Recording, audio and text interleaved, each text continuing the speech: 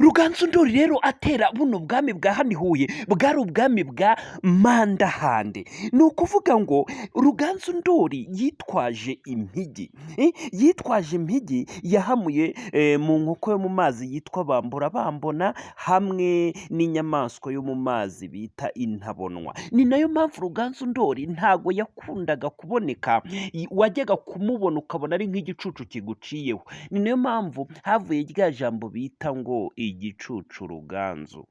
Rero abantu benshi bagomba gusobanukirwa igihe Ruganzu Ndori yateraga kuri buno bwami bwa hano muri kano gace, hano mu majyepfo hariya Huye, atera ubwami bwa Mandahande.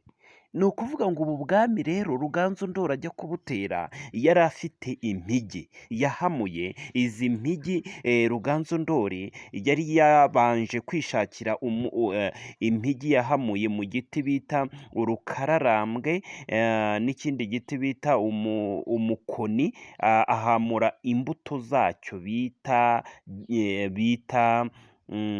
gitinywa. Yongera ashaka n'ikindi giti nanone bita gitinywa, kuko imbuto z'umukoni zitwa gitinywa. Hari n'ikindi giti rero, hari n'ikindi kigendera hasi, kirandaranda hasi kimeze nk'umugozi, nacyo bita gitinywa. Yongera yishakira ikindi giti bita ingabo, cyo ni ikindi nacyo kitajya gikura, kiba gifite amahwa, bacyita ingabo. Yongera yishakira ikindi giti yahanuyemo impigi, ashaka igiti bita umufatangwe. Yongera yishakira ikindi giti bita umushubi n'ikindi giti bita umunyinya, abihamuramo impigi mbere yo kwataka buriya bwami bwa Mandahande hano i Huye. Avuga ati uyu ni umushubi ushushubikana abanzi banjye, iyi ni gitinywa abanzi banjye barambona bakantinya, iyi ni ingabo inkingira, ayihamuramo impigi. Uru ni urukararambwe, urugamba rwanjye barubone rukaze, maze rubatungure rubatsinde. Yongera yishakira impigi mu giti cy'umukoni, imbuto z'umukoni azita gitinywa, kugira ngo nagera ku rugamba bamutinye, umunyinya umutsindire urugamba. Ni ukuvuga ngo rero ibi biti byose akimara kubihamuramo impigi nk'uko nabibabwiye hejuru, atera kuri ubwo bwami bwari buri hano i Huye, arabutera rwose kandi arabutsinda. Ni ubwami yatsinze mu buryo bumworoheye, ubu bwami bwa Mandahande bwari buri hano i Huye. Ruganzu Ndori rero yabutsinze mu buryo bumworoheye. Ni nayo mpamvu abantu benshi bazaga bakavuga bati se ijambo igicucu Ruganzu, iryo jambo risobanura iki? Abandi bakavuga ngo ijambo igicucu Ruganzu rivuga ko Ruganzu Ndori nta muntu yigishije, kubera ko Ruganzu Ndori ubugenge bwe n'ubuhanga bwe n'imigize nta muntu yazibwiye. Ariko nubwo nta muntu yazibwiye, abapfumu bazimuhaye b'ikaragwe k'Abahinda muri Tanzania bo bari bazizi, bazibwiraga n'abandi. Aho yakuye impigi hari hazwi, aho yakuye ubugenge hari hazwi, aho yakuriwe hari hazwi. Bamwe rero ni nayo mpamvu bavugaga bati reka tujye gushaka impigi i Karagwe, tujye gushaka impigi nk'iza Ruganzu Ndori. Ni nayo mpamvu abanyarwanda benshi bajyaga i Karagwe k'Abahinda muri Tanzania bagiye gushaka impigi nk'iza Ruganzu Ndori. Ariko bamwe bakavuga ngo ijambo igicucu Ruganzu, iryo jambo ngo ryaje ngo kubera ko Ruganzu Ndori ngo nta muntu wigeze yigisha ubuhanga bwe. Ariko iri jambo ntabwo rivuga gutyo, ahubwo Ruganzu Ndori bavuga ngo igicucu Ruganzu, bavugaga igicucu ubundi ni igicucu cyawe. Ruganzu Ndori ntago yabonekaga, yinjiriraga mu musozi agahingukira mu wundi. Mwabaga muri kumwe ukamubura, ukabona igicucu kirenga gusa. Ni nayo mpamvu havuye ijambo ngo igicucu Ruganzu. Ni ukuvuga ngo igicucu Ruganzu ni igicucu cye nyine, igicucu cya Ruganzu, kubera ko baramuburaga akabura, nk'uko ushobora kubona igicucu ariko umubiri ukawubura. ni naho havuye ijambo igicucu ruganzu. Naho ugiye kuvuga ngo igicucu ruganzu ngo ni ijambo ry'igitutsi, ngo barivuze ngo bamutuka bavuga ngo igicucu ruganzu, bamutuka ngo kubera ko yapfuye nta muntu yigishije.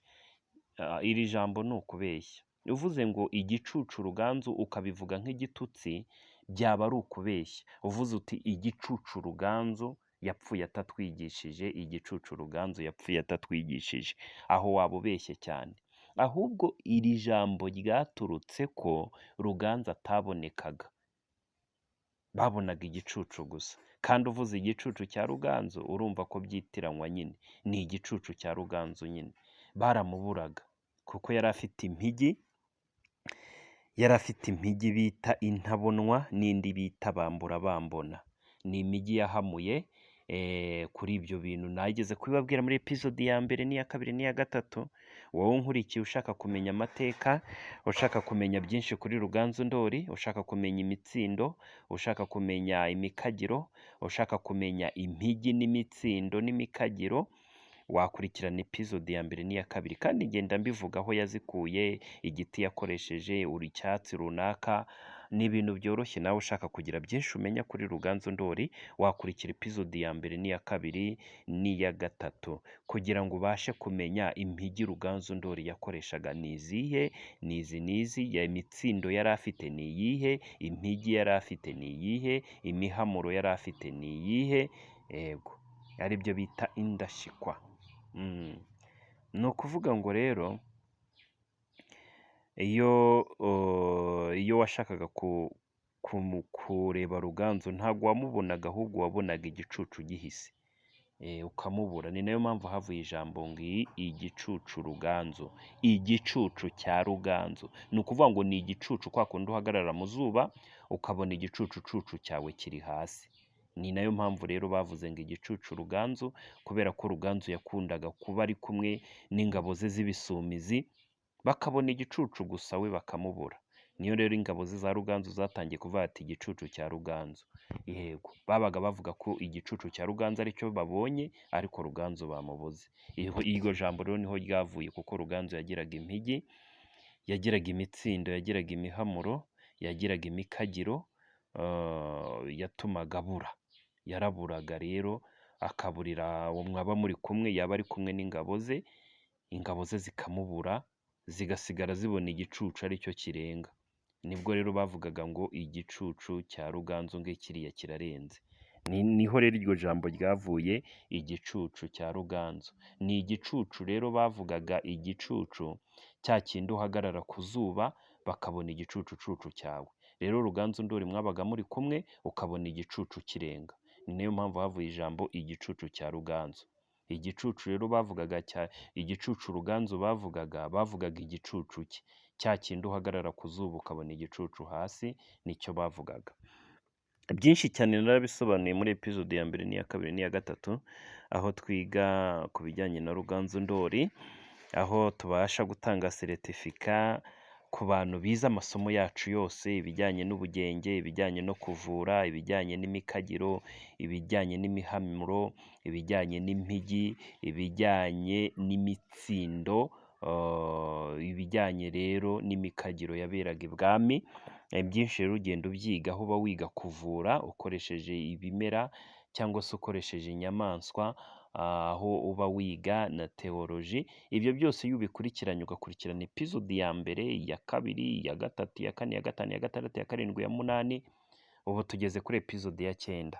Utwandikira muri message, ukatwandikira ko amasomo urimo kuyiga neza, ukatubwira na episode ugezemo, tukakubwira ibibazo, tukakubaza tukumva koko ko izo episode wazikurikiranyije.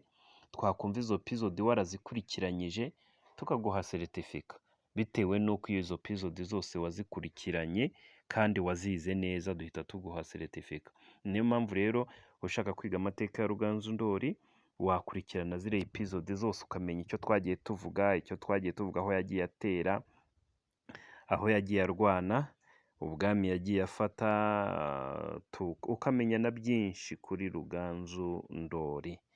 Okay, Ruganzu Ndori rero ngira ngo urasobanukiwe bimwe na bimwe twakubwiraga bya Ruganzu Ndori. Niyo mpamvu tubabwira tuti ushaka kugira byinshi ubasha kumenya no kwiga, wakurikirana episode ya mbere n'iya kabiri n'iya gatatu, ukamenya imigenzo n'imiziririzo twagiye tuvuga, ukamenya n'ibiti, kuko no mu kubaza tuzakubaza zimwe mu mpigi Ruganzu Ndori yakoreshaga, kuko nazo ugomba kuzitubwira. Kandi noneho ntabwo tukubaza n'ibyo muri teoloji, twakubaza n'ibijyanye n'ubuvuzi bwa kinyarwanda, kuko hari aho twigishije uburyo umuntu yungishije igicucu, twigishije kuvura wunga umuntu umukandisha amazi ashyushye arimo imiti, twigisha no kugombora, uburyo ugombora umuntu wariwe n'inzoka, uburyo uvura umuntu wariwe n'imbwa, uburyo uvura umuntu wariwe na sikoropiyo. Ibyo twarabyigishije muri amapizode ya mbere, muri epizode ya mbere, ya kabiri, ya gatatu n'iya kane, uburyo twagiye twigisha kuvura, uburyo twagiye twigisha uburyo wavura umuntu urwaye, uburyo wamufasha nyine ukamuha ubutabazi, ukamuvura agakira. Ibyo byose turabikubaza mu kizamini mbere yo kuguha seretifika. Rero hariho n'ikindi cyigisho cya teoloji dukurikiyeho cyitwa ngo kwambuka Yorodani. Muri teoloji rero hari igihe abantu kwambuka Yorodani cyangwa se kwambuka uruzi, ubundi uruzi bivuze amoko menshi, indimi nyinshi, umuryango munini. Kwambuka rero ni ukuva mu gihugu ujya mu kindi. Niyo mpamvu rero muri teoloji ugomba kwicara ukiga kwambuka Yorodani, ku buryo tuzagira ibintu byinshi tukubaza muri iki cyigisho cya teoloji cyitwa kwambuka Yorodani. Tuzakubazamo byinshi, nubasha kubitsinda amanota aziyongera. Ukurikirane iyi audio mpaka irangiye, kandi numara kuyirangira unyandikire muri komanteri, noneho nanjye nzakugezeho episode ya 10. Unyandikire umbwire ko kwambuka Yorodani iki cyigisho cya teoloji wakirangije, noneho nzakomerezeho n'ikindi, kuko amasomo yacu arakomeje, ariko ukomeze ukurikirane iki cyigisho kugira ngo umenye byinshi. Nta nubwo wanamenya amateka yawe y'u Rwanda gusa, ugomba kumenya amateka yose. Si ngombwa ngo umenye amateka y'ikintu kimwe gusa, ugomba kubuza amateka ya teoloji, ugomba kubuza amateka y'u Rwanda, ugomba kubuza amateka y'umwami Ruganzu Ndori n'abandi bami. Ugomba kubuza ibyinshi, mbese iby'abazungu ukaba ubizi, iby'abanyarwanda ukaba ubizi, ibyo hanze ukaba ubizi. Iyo uzi ibintu bitandukanye, ukubajije ubona icyo umusubiza. Ukubajije muri teoloji ubuze icyo umusubiza, kuko nabyo wabyize. Ukubajije mu bijyanye na gakondo ubuze icyo umusubiza, kubera ko nabyo wabyize. Ni byiza rero kwiga byinshi bitandukanye, ugakura ahantu ubumenyi butandukanye.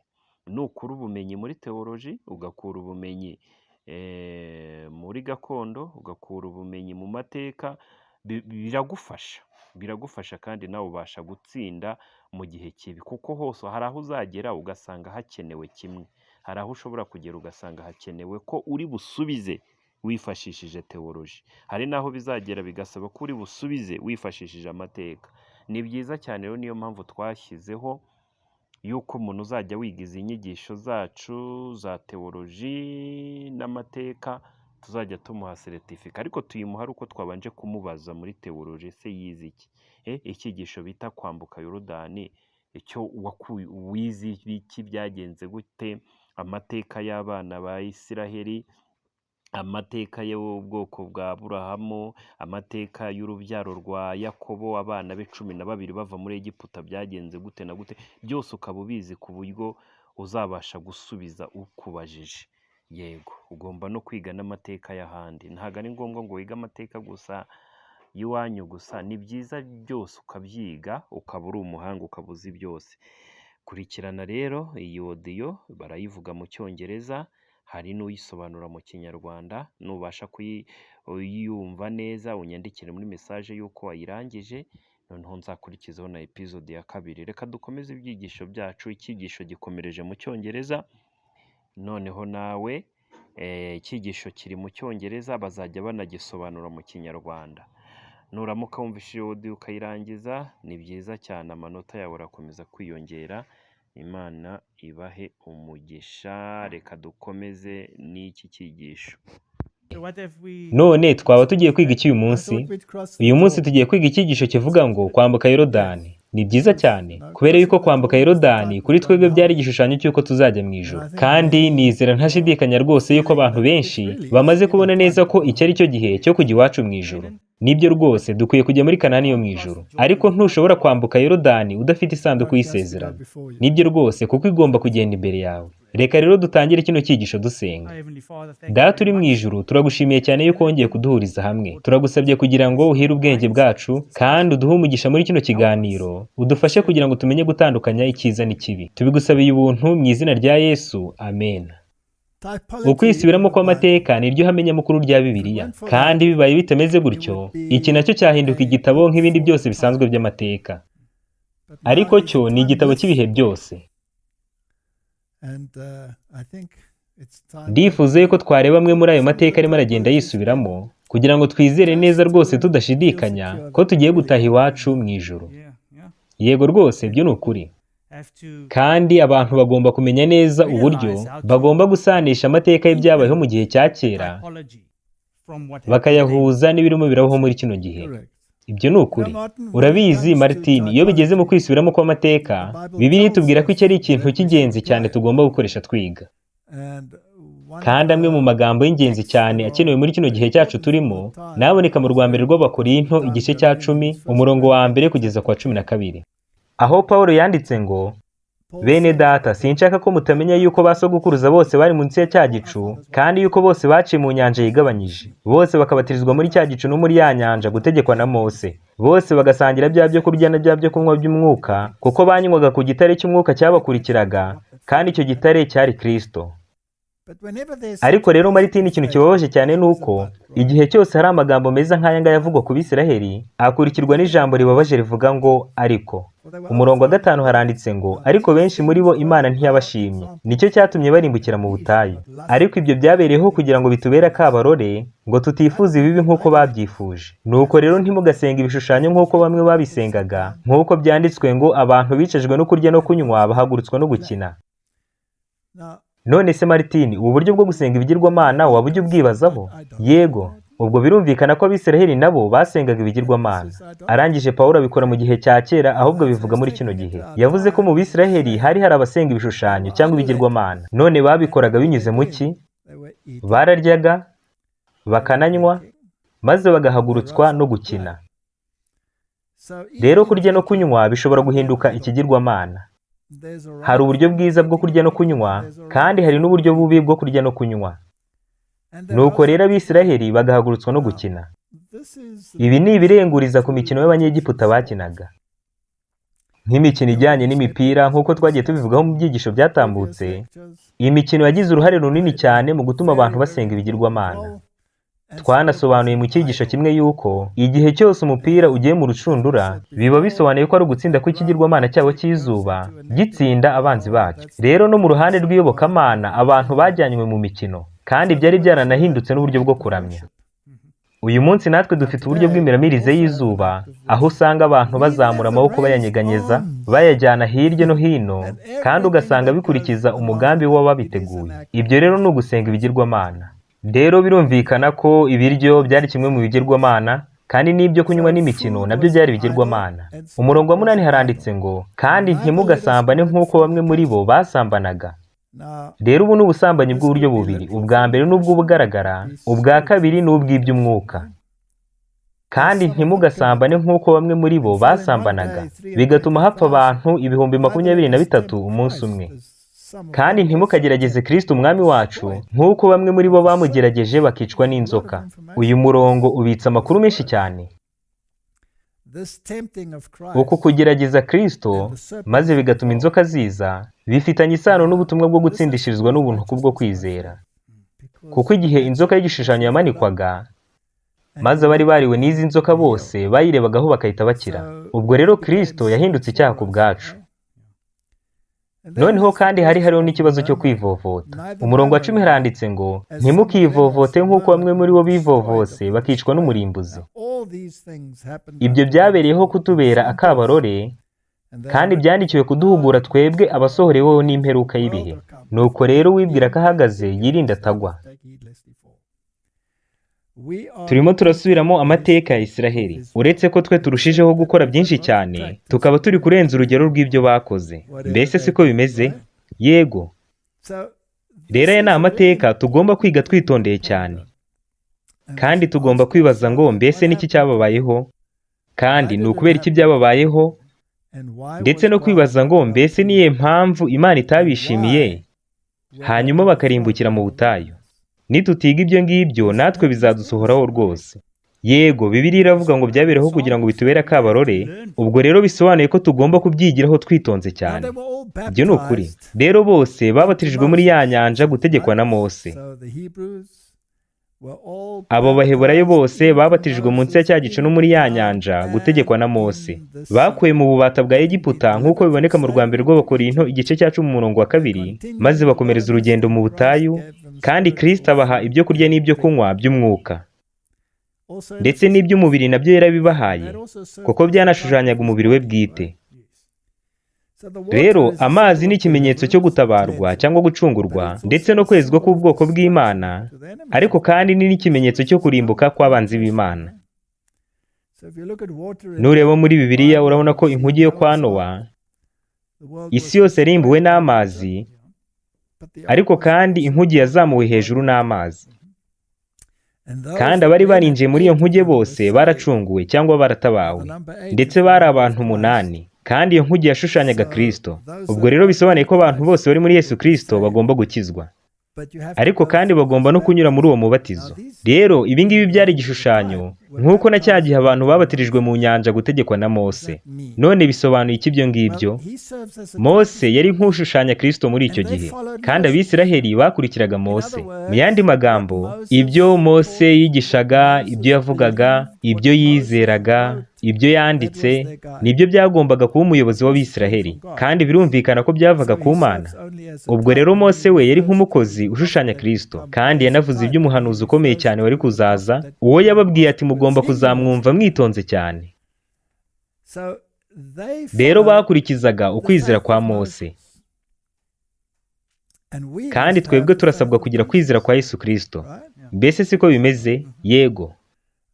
Ubwo rero kwisubiramo kw'amateka ni ikintu gikomeye cyane tugomba kwigiraho. Ubwo rero inkuge yo kwa Nowa cyari ikimenyetso cyo gucungurwa, ndetse n'agatebo Mose yashyizwemo akiri mutoya karamufashije karamurokora gatemba hejuru y'umugezi. Ariko ayo mazi ni nayo yahindutse amaraso mu gihe cy'ibyago byaguriye Egiputa. Noneho kandi dufite ukwambuka kw'Abisiraheli bambuka inyanja itukura. Ibyo ngibyo ngo byari umubatizo w'amazi. Banyuze muri ayo mazi maze baracungurwa bakurwa mu bubata bwa Egiputa, kandi bageze ku rundi ruhande ari bazima. Noneho igihe abanzi babo bashatse kunyura muri ayo mazi nabo byarangiye abishe. Noneho kandi dufite kwambuka umugezi wa Yorodani. Izi zose ni ingero zo gutabara kw'Imana ikoresheje amazi. Kandi Yorodani mu buryo bw'umwihariko iratangaje cyane, kubera ko yo yari ifite inkengero. Kandi bagombaga kugenda basatira izo nkengero, aho isanduku y'isezerano yagombaga kubabanziriza, kandi ikaba itwawe n'abatambyi. Ndetse igihe bambukaga Yorodani amazi yari yahindutse umwuzure. Rero ibi ngibi byose tugomba kubireba kandi tukabyigiraho, kuko Bibiliya ivuga ko byandikiwe kutubera akabarore, kandi byandikiwe kuduhugura twebwe abasohoreweho n'imperuka y'ibihe. Rero Abaheburayo bose babatirijwe munsi ya cya gicu no muri ya nyanja gutegekwa na Mose. Bakuwe mu bubata bwa Egiputa, twebwe twakuwe mu bubata bw'icyaha. Kandi nk'uko banavaga muri Egiputa natwe tuva muri Babuloni. Urumva ko ibi ngibi bigaruka cyane mu buryo bw'iby'umwuka. Nuko rero bakomereje urugendo rwabo mu butayu, maze Kristo abaha ibyo kurya n'ibyo kunywa by'umwuka. Twebwe rero twabatirijwe mu rupfu n'umuzuko bya Yesu Kristo. Urabona ko uku kwisubiramo kw'amateka gukomeye cyane, kandi uru rugendo rwabo ni isomo ndetse n'icyigisho gikomeye cyane kuri twebwe. Ibyo ni ukuri. Rero igihe cyose dukijijwe, tugomba gupfa ku cyaha binyuze mu mubatizo, maze tukaba bazima mu Mana. Abaroma igice cya 6 umurongo wa 1 kugeza ku wa 4 haranditse ngo, nuko tuvuga iki? Tugumye gukora ibyaha ngo ubuntu busage? Ntibikabeho, Imana ntibyemera. Mbese twebwe bapfuye ku byaha twakomeza kuramira muri byo dute? Ntimuzi yuko twese ababatirijwe muri Yesu Kristo twabatirijwe no mu rupfu rwe? Nuko rero kubw'umubatizo twahambanywe nawe mu rupfu rwe, kugira ngo nk'uko Kristo yazuwe n'ubwiza bwa Data wa twese, abe ari nako natwe tugendera mu bugingo bushya. none Martin, ni ikihe gihamya cy'ukuri kigaragaza ko wakijijwe kandi wahindutse ukaba warazukiye kugendera mu bugingo bushya? Kubw'imbuto wera nibyo uzamenyerwaho. Yego rwose, kubw'imbuto zawe. Rero Abisiraheli benshi cyane bizeraga badashidikanya ibyo Mose yavuze, kandi bakurikiraga Mose rwose, ndetse banabatirijwe muri ya nyanja, bemera no kumva amahame yababwiraga, ariyo mategeko y'Imana. Nyamara abenshi muri bo barimbukiye mu butayu. Ubwo rero abenshi muri bo ntabwo bari barahindutse mu by'ukuri. Yego rwose. Mbese byaba birimo birisubiramo muri kino gihe cyacu? Yego rwose, nta gushidikanya. Turi gusubiramo ibyo batubanjirije b'Abisiraheli bakoze. Rero Abisiraheli banze kwizera ko Imana izabana nabo, kandi ibi byababayeho byatumye bagera ku murongo ntarengwa. Nk'uko mu Kubara igice cya 14 umurongo wa 22 havuga ko ubu bwari ubwa 10 Abisiraheli bagerageza Imana. Nyuma y'inshuro 10 zose, byagaragaye neza ko abo muri icyo gihe cy'Abisiraheli batari bafite imitima yizeraga Imana, bityo Imana irahirira rwose ko batazinjira i Kanani. Iyo usomye aho mu Kubara igice cya 14 umurongo wa 22 haranditse ngo, kuko abo bantu bose babonye icyubahiro cyanjye n'ubwiza bwanjye n'ibimenyetso nakoreye mu Egiputa no mu butayu, bakangerageza ibi bihe uko ari 10 ntibanyumvire. None ubwo Imana yari yarabihanganiye? Yego rwose, yari yarabihanganiye cyane bishoboka. Kandi na mbere y'ibyo byose yari yarabagaragarije ko yihangana cyane, nk'uko yari yaragiye yihanganira n'abandi bose. Natwe kandi yaratwihanganiye cyane bishoboka, ndetse twe natwihanganiye igihe kinini cyane kurusha abangaba. Rero banyuze mu nyanja itukura, amazi yigabanyamo kabiri, babatizwa ubwo bagendaga gutegekwa na Mose. Mu yandi magambo, baramukurikiraga, ashyize inkoni ku mazi babona inzira baragenda. Nuko kandi babatirizwa no mu kwizera nawe yagiraga, baragenda bagera hirya ku yindi nkombe, ndetse ubwo abanzi babo bararimbuka, kandi bishimiye cyane uko gucungurwa kwabo. Ikindi kandi ni uko bagiye mu butayu, aho Imana yavugiye ngo, nzagenzura koko niba bumvira amategeko yanjye cyangwa batayumvira.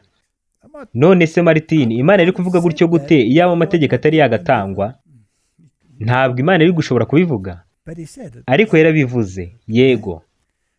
Rero mu Kuva 16 umurongo wa 35 haranditse ngo, Abisiraheli barya manu imyaka 40, bageze aho bagereye mu gihugu kibabwamo n'abantu.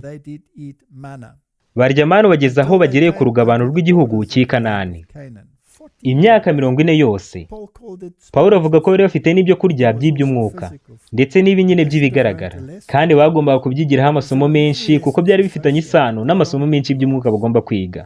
Nko kwibaza ngo mbese ibyo kurya byamaraga igihe kingana iki, bakabona igitangaza kuri buri wa gatandatu, kuko kuri uwo munsi babonaga manu ibasha kuramba kugeza ku munsi wa 7 w'isabato, ikamara iminsi 2 itarabora, mu gihe izindi zamaraga umunsi umwe. Kandi nk'uko itaboraga, ni nako umubiri wa Kristo mu gituro utaboze, ndetse n'andi mateka nk'ayo ngayo agenda ahura menshi cyane. Mu Kubara igice cya 11 umurongo wa 18 kugeza ku wa 20 haranditse ngo, kandi bwira abantu uti, mwiyereze umunsi w'ejo kandi muzarya inyama. Rero hano hari ikintu gikomeye cyane tugomba kwigiramo.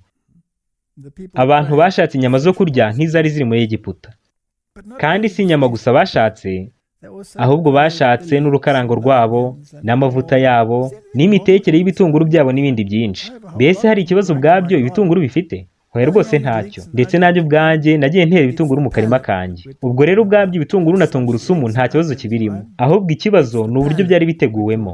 Ibyo babaga bashyize hamwe nabyo ku masahane, kandi mu buryo bwihariye, inyama nizo zari ikibazo gikomeye.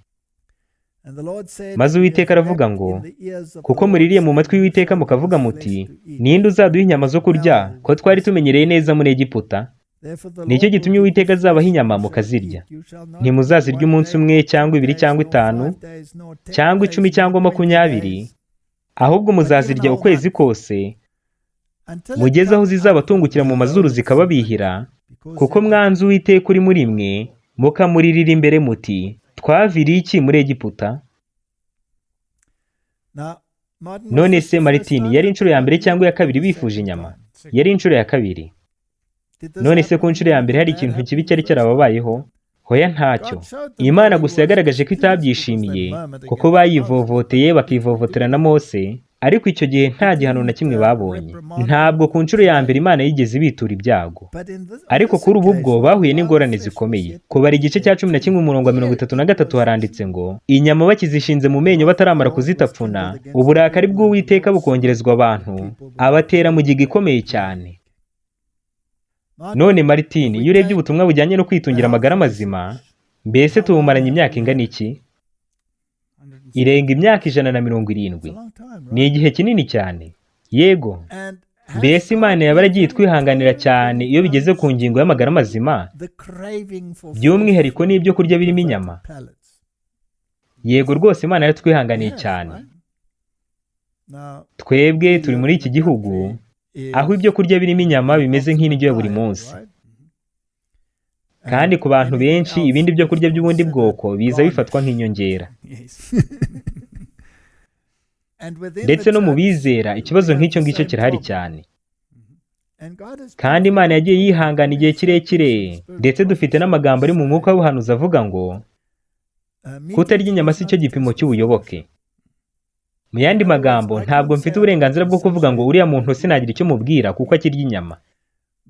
Ariko kandi dufite n'andi magambo mu mwuka w'ubuhanuzi avuga ko urugero rwo kumenya iby'umwuka ruzagabanuka cyane rukijima niba urya ibyo kurya birimo inyama.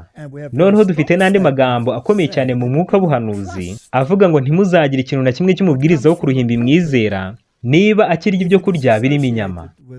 Ndetse ageza n'ubwo avuga ngo abakirya inyama bazakurwa burundu mu bwoko bw'Imana.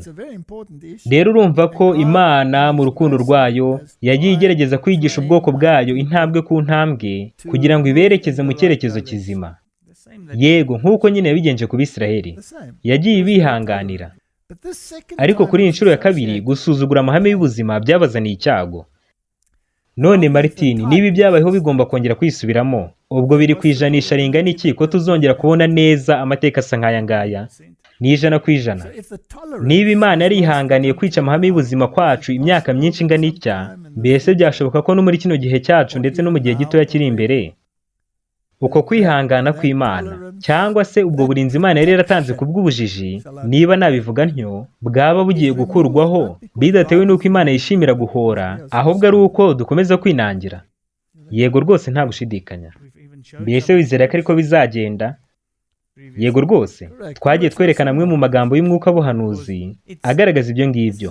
Yego, kandi n'uyu munsi turasoma andi magambo, kubera yuko ino ari ingingo ikomeye cyane. Ni ikintu tugomba kwiga twitondeye cyane.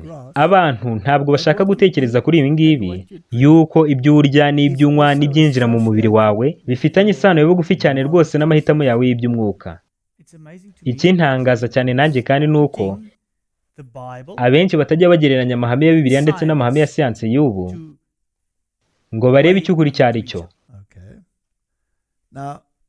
Rero iyo urebye n'imibare itangazwa n'isi ubwayo bagaragaza ibyiciro by'abantu byibasirwa n'indwara zikomeye cyane muri ino si, ndetse indwara zikomeye cyane zamaze kuba nka kirimbuzi mu isi. Icyiciro cya mbere ni cy'abantu bageze mu zabukuru bakunze gusangwa bafite indwara zikomeye cyane. Ntabwo rwose baba bari mu mwanya mwiza wo kudahangarwa n'indwara. Baba bafite ibibazo byo mu mitsi, ibibazo by'umutima, ndetse n'izindi ndwara nyinshi cyane zikomeye. Kandi ubudahangarwa bw'imibiri yabo buba bwaragabanutse cyane bikomeye. Noneho icyiciro cya kabiri kibasirwa kandi gisangwamo indwara ni abantu bafite umubyibuho ukabije. Nabo bari mu bafite ikibazo gikomeye, kandi abenshi byagaragaye ko biterwa no kurya ibikomoka ku matungo. Rero kudakurikiza amahame yo kwitungira amagara mazima bituma uhinduka umuntu ushobora kwibasirwa n'indwara nyinshi mu buryo bworoshye. None se ubwo ibi ngibi nabyo twagira icyo tubyigiramo? Yego. None wabwira iki ubwoko bw'Imana bushaka kwigira ku mateka ya Isiraheli? Icyo nababwira ni uko nk'uko twari twanabivuzeho, ukwiringira siyanse kwawe urwego rwaba ruriho kose ugomba kurugenzuza ibyanditswe byera. Niba ubona hari amahame ya siyanse ahuza n'ibyanditswe byera ugomba kuyakurikiza, ariko nubona hari amahame ya siyanse agongana n'ay'ibyanditswe byera ugomba kuyata kure nta kabuza ukayareka, nubwo isi yose yaba ivuga ngo iki kintu ni ukuri. Yego rwose. Rero isi yose yabwiwe ko igomba gushaka poroteyine zikomotse ku nyamaswa nk'isoko nziza ya poroteyine ikenewe mu mubiri wabo. ndetse ibyo ngibyo bikomoka mu mahame mabi cyane arimo ubujiji y'abahanga mu bya siyansi b'iki gihe, aho bavuga ko poroteyine ikomotse mu nyamaswa ari iri ku rwego rwo hejuru cyane kurusha poroteyine ikomotse mu bimera, ndetse bakavuga ko iyo yo mu nyamaswa ari igomba guhabwa umwanya w'ibanze kuko ngo iba ifite amino acide nziza cyane. Noneho bakavuga ngo poroteyine yo mu bimera yo ntabwo iba yuzuye. Ariko rero ntabwo umuntu agomba kurya indyo y'ubwoko bumwe gusa, ahubwo agomba kurya ibyo kurya by'ubwoko butandukanye by'ibimera gusa. Twabivuzeho mu cyigisho kimwe cyatambutse, aho twavuze ko utagomba gukoresha ingano n'umugati wikoreye gusa, ahubwo ugomba gukoresha n'ibindi bitandukanye byoroheje kandi bikaba byakurinda indwara rwose bishoboka. Rero Imana yatanze ibyo kurya by'ubwoko bwinshi cyane kandi irashaka ko twishimira ibyo byo kurya yatanze by'ibimera. Ariko isi y'iki gihe ntigishaka na gato ibikomotse ku bimera gusa, niyo mpamvu babyigiza kure maze bakibanda mu gukoresha ibikomotse ku nyamaswa. None se Martin, icyo twe turi buze gufata kuri uyu mugoroba ni iki? Ni inyama z'inkoko cyangwa ni inyama z'inka? Hoya, nta na kimwe turi buze gufata muri ibyo byose kuri uyu mugoroba. Uba wakurikiye rwose, hari abantu bakigira amahitamo hagati y'ibyo byombi. Ariko nyine tubitekerezeho, ibyo nibyo nkunda kumva abantu barimo baravuga. Nta na rimwe nari numva umuntu abaza ngo mbese kuri uyu mugoroba turaza gufata iki, maze ngo ndamusubize ngo turaza kuba dufite inyanya gusa ku meza, cyangwa se wenda ngo turaza kuba dufite urubuto runaka nk'imineke 2 kuri buri muntu, cyangwa se karoti, ngo ibyo avuge ngo nibyo kurya bya nimugoroba. Nta na rimwe nari nabyumva. Igihe cyose ziba ari inyama z'inka, iz'inkoko, iz'intama, iz'ingurube cyangwa izindi izo arizo zose. None ubwo ibisigaye babifata nk'iki? Babifata nk'inyongera cyangwa ibidakenewe cyane. Rero uku ni ukwisubiramo kw'amateka, kandi turi mu nzira rwose dukataje tugana mu kugusubiramo natwe. Kandi ndizera hano ko ku nshuro ya kabiri ubwo bari batangiye kwifuza ibyo kurya by'Abanyegiputa, kandi bikaba byari bihabanye cyane n'iby'Imana yari yababwiye, uko babyinjiyemo bavuga ko ari abantu b'Imana, byabazaniye icyago gikomeye cyane. Hano babivuga rwose mu buryo busobanutse ko Imana yemeye ko mu gihe ibageraho, ndetse bishobora kongera gusobanurwa ngo Imana izongera kwemera ko ibyago bigera ku bantu kubwo kubihitamo nk'ana bamaze kumenya ukuri.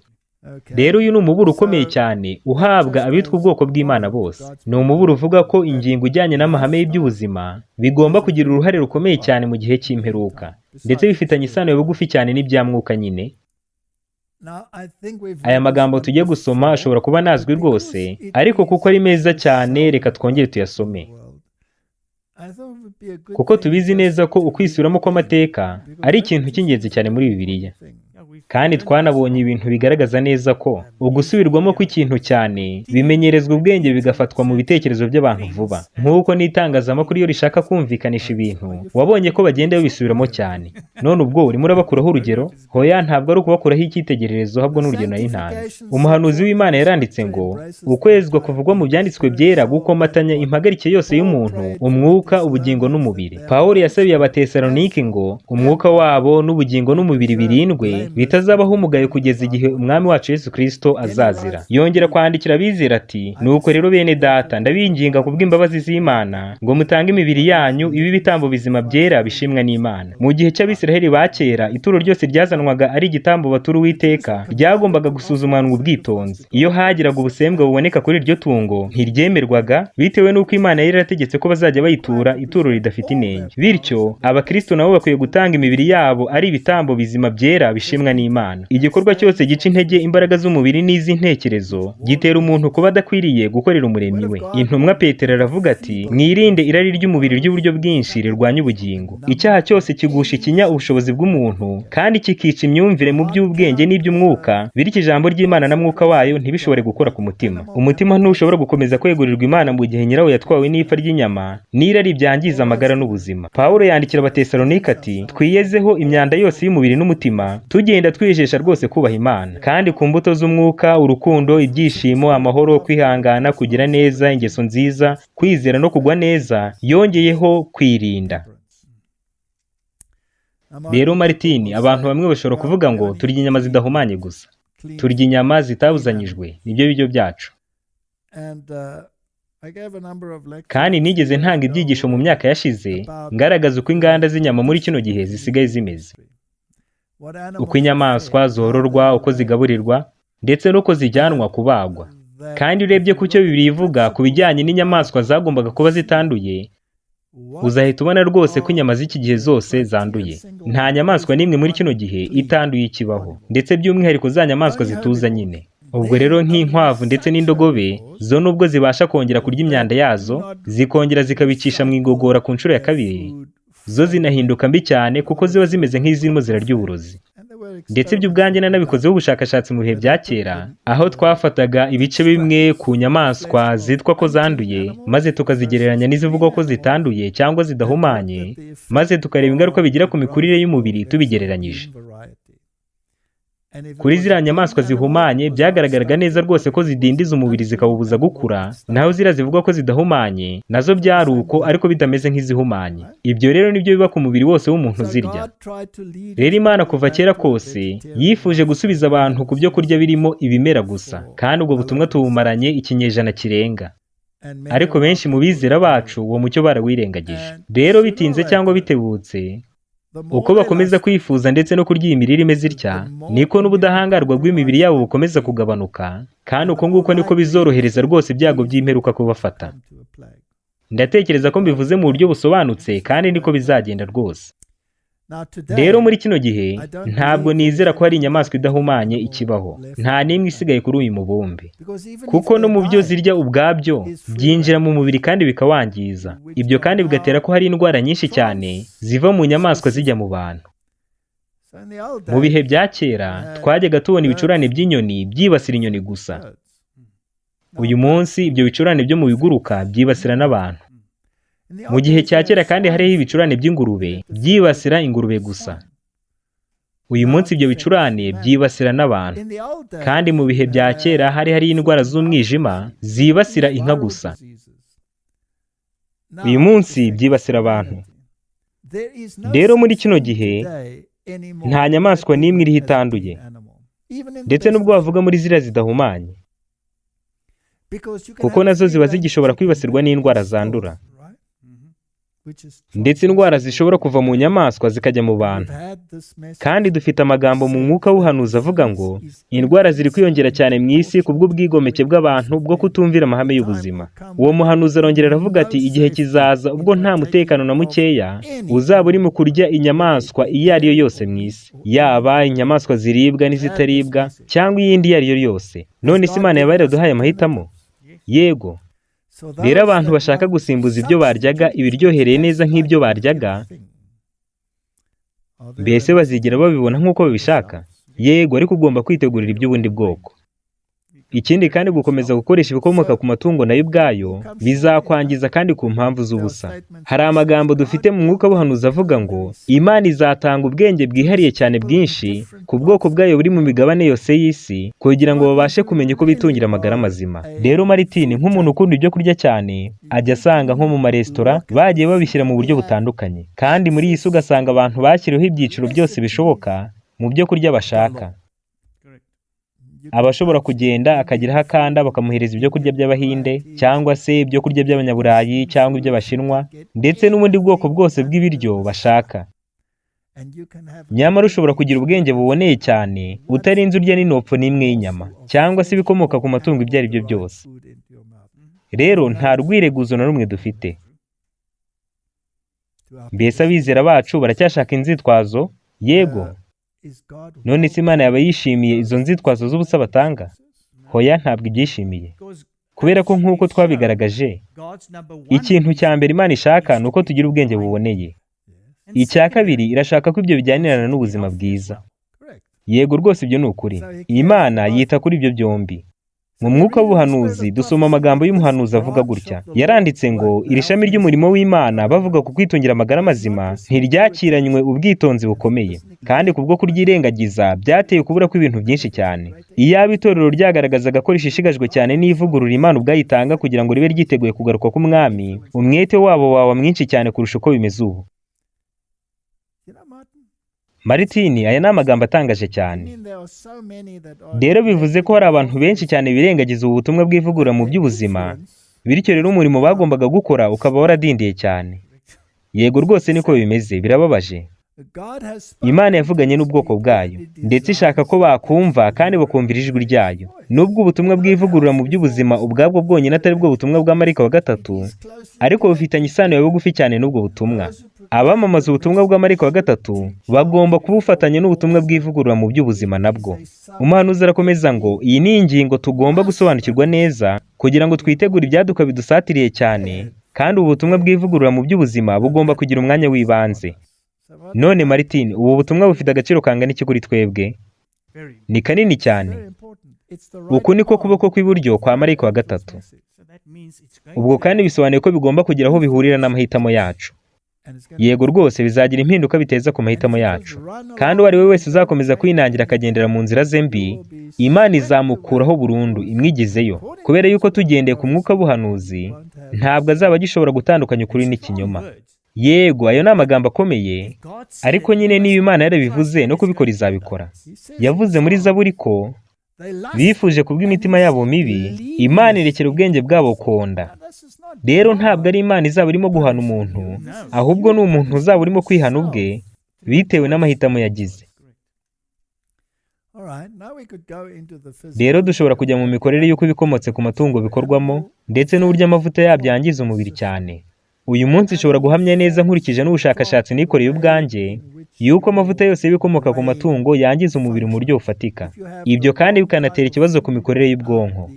Niba urya ibyo byo kurya by'ubwo bwoko bubi bifite isukari ikomeye yo mu nganda, icyo gihe ntushobora kuzagira ubwenge butekereza neza, kandi ibitekerezo byawe bizaba bibi cyane. Umubiri cyane cyane ubwonko bikeneye isukari y'umwimerere ikomotse mu bimera gusa kugira ngo bubashe gukora neza. Birumvikana cyane kandi mu buryo bworoshye ko mu by'Imana itubuza harimo no gukoresha amavuta y'ibikomotse ku matungo. Yego, ibyo ni ukuri rwose, ni amavuta y'inyamaswa. Imana niba ivuze ngo iki kintu mukireke, tuba tugomba kukireka. Nyamara uyu munsi hari abantu bashaka kugaragaza neza ko amavuta y'ibikomotse ku matungo ari meza ku bantu. Amavuta akomotse ku nyamaswa aba afite aside yitwa citric, kandi iyo ni aside igira ingaruka ku mubiri. Nyamara amavuta akomotse ku bimera nk'ay'igiti cyitwa coconut cyangwa y'igihwagari atandukanye nayo ngayo cyane. Ntabwo yaba afite aside yitwa citric, ahubwo aba afite iyitwa palmitic acid. Ikaba ari aside yoroshye cyane kandi iva mu mubiri. Ndetse igitangaje kindi kuri iyo aside yitwa palmitic acid iboneka mu mavuta y'ibimera, ibasha kunyura mu igogora mu buryo bworoshye cyane ugereranyije na citric iboneka mu nyamaswa. Ibasha kwakirwa rwose neza mu mubiri, ikaba yanakoreshwa. Mu gihe aside yitwa citric ikomoka mu mavuta y'inyamaswa, yo ubwayo iguma mu mubiri, ikagenda ikajya mu miyoboro y'amaraso, ikibasira urugendo rw'umwuka mwiza wa oxygen mu mubiri, ikanibasira inyama z'umutima. Muri make y'itandukaniro hagati y'ayo mavuta yombi rirahabanye cyane mu buryo bufatika. Kandi twakwanzura ko amavuta y'umwimerere akomotse mu bimera niyo yonyine akwiye kujya akoreshwa. Ashobora kuba amavuta y'igiti cyitwa coconut, cyangwa se akaba amavuta ya elayo, cyangwa se ashobora kuboneka ya soya cyangwa y'igihwagari n'andi menshi cyane. Amavuta ya elayo yo nta kintu na kimwe wayanganya nacyo. Yego, ibyo ni ukuri. Kandi ibyo birangarura ku ngingo nigeze kuvugaho mu kanya. Ibyanditswe byera biravuga ngo mwirinde amavuta yose akomotse ku nyamaswa. Kandi igihe Imana yavugaga gutyo, yavugaga amavuta y'inyamaswa yari yo yose. Rero niba siyansi ije ikavuga ngo mugomba kurya amavuta y'ibikomotse ku nyamaswa, ariko ukabona ko bidahuza n'ayo magambo yanditswe n'abahanuzi b'Uwiteka, ubwo iyo siyansi iba ari siyansi ipfuye. Ibyo ni uko nguko bimeze. Uribuka ko bya bibindi bya wa mupfakazi w'Isirafati byujujwemo amavuta. None se yari amavuta y'ibikomotse ku nyamaswa cyangwa n'ay'ibimera? Ni amavuta ya elayo, ubwo ayo nakomoka mu bimera. Rero dufite ingero nyinshi mu byanditswe byera aho Imana yagiye ibisobanura mu buryo bworoshye kandi bikaba byumvikana neza. Nta muntu n'umwe wize siyanse kandi utabogamye ushobora gushishikariza abantu gukoresha ibikomotse ku nyamaswa. Rero Martin, rimwe mu masomo akomeye cyane tugomba kwigira mu mibereho y'Abisiraheli ndetse agomba kutubera akabarore kuri twebwe ni ibijyanye no kwitungira amagara mazima. Bahuye n'ingorane zikomeye cyane kubwo gusuzugura amahame y'Imana y'ibijyanye n'iby'ubuzima. Kandi igihe bagendaga berekeza i Kanani, Imana yabemereye kugendera mu nzira bahisemo, nubwo yari yarababwiye neza yeruye ko idashaka ko bica amategeko yabahaye y'iby'ubuzima. Niyo mpamvu yari yarahaye Mose amategeko asobanutse neza yuko bagomba kwitungira amagara mazima. Kandi iyo baza kumvira ayo mategeko, bari gushobora kugira ubwenge bushyitse mu kumenya iby'umwuka Imana yababwiraga. Rero Imana yavuze ko itishimiye icyo gisekuru bitewe n'uko birengagije amahame y'iby'ubuzima. kandi bwa nyuma igihe bari bageze ku nkengero z'i Kanani bagiye kwambuka ngo bagere neza muri Kanani, bohereje abatasi 12. None se Martin, ni abatasi bangahe bazanye inkuru nziza muri abo bose boherejwe? Ni 2 bonyine. Yego rwose ni 2 bonyine, ni Yosuwa na Kalebu. Noneho 10 muri bo bazanye inkuru mbi. Reka icyo kintu tugitekerezeho neza. Yosuwa na Kalebu nabo bari barabatirijwe muri ya nyanja gutegekwa na Mose. Mbese siko bimeze? Yego. Ubwo icyo Mose yari yaranditse cyose, icyo yizeraga cyose, nabo bagombaga kwisanisha nacyo bakagendera muri cyo. Kandi ibyo kurya baryaga ntabwo byari iby'umubiri gusa, ahubwo hari harimo n'iby'umwuka. Rero baryaga iby'umwuka kugira ngo bakurire mu kwizera. Bari barabonye ibyabaye ku nyanja itukura, babona ibyabaye mu butayu, kandi bemera kwigira muri ayo masomo. Rero abo nibo batasi 2 bonyine bazanye inkuru nziza mu bari boherejwe bose kujya gutata. None se ubwo batasi bombi baba barizeraga neza ibyo Mose yizeraga? Yego rwose. Kandi se baba barizeraga ko niba Imana yaravugiye muri we ikabaha isezerano ry'uko bazatsinda Kanani, bazayitsinda? Yego rwose. Mbese baba barashingiye ubumenyi bw'ibyo bizeraga bashingiye ku nararibonye y'ibyo bari barabonye bya kera? Yego rwose. Bari barabonye ibyo Imana yakoreye Abanyegiputa, bakizera badashidikanya ko Imana izabikora no ku Banyakanani. Rero igihe babonaga abagabo barebare b'ibihanda, mbese amavi yabo yaba yarakomanganye? Abo nibo batasi bombi, Yosuwa na Kalebu? Oya, kuko Imana yari yararimbuye Abanyegiputa, ntihasigara n'inkota yabo n'imwe. Rero igihe bagarukaga, Yosuwa na Kalebu baravuze ngo rwose dushobora kwigarurira kiriya gihugu, kandi baravuga ngo ni igihugu gitemba amata n'ubuki. Kandi ikintu cyantangaje cyane ni uko atari Yosuwa na Kalebu gusa bazanye bya biti biriho amaseri y'imbuto z'i Kanani. Nabo abandi 10 nabo bazanye amashami ariho amaseri aremereye cyane y'imbuto bakuye i Kanani. Kandi mu cyimbo cyo gushingira no kuri ibyo ngibyo, ahubwo barwanyije kujyayo. None se Yosuwa na Kalebu baba barazanye ubuhamya bwiza? Yego rwose bazanye ubuhamya bwiza. Bwari ubuhamya buvuga ko bashobora kwigarurira icyo gihugu? Yego rwose, bwari ubuhamya bwiza cyane. Mbese iyo nkuru nziza bazanye yari ihuje n'ibyo Mose yizeraga kandi yanditse? Yego. Rero ibyo Mose yanditse bifatwa nk'amategeko cyangwa se Tora. Ubwo rero ibyo Yosuwa na Kalebu bizeraga byari amategeko y'Imana, kandi bari bafite ubuhamya buhuje n'ibyo amategeko yavugaga, kuko bazanye imbuto z'i Kanani nk'igihamya. None se ubwo baba wemera ko bizeraga amategeko y'Imana ndetse n'ibihamya? Yego rwose.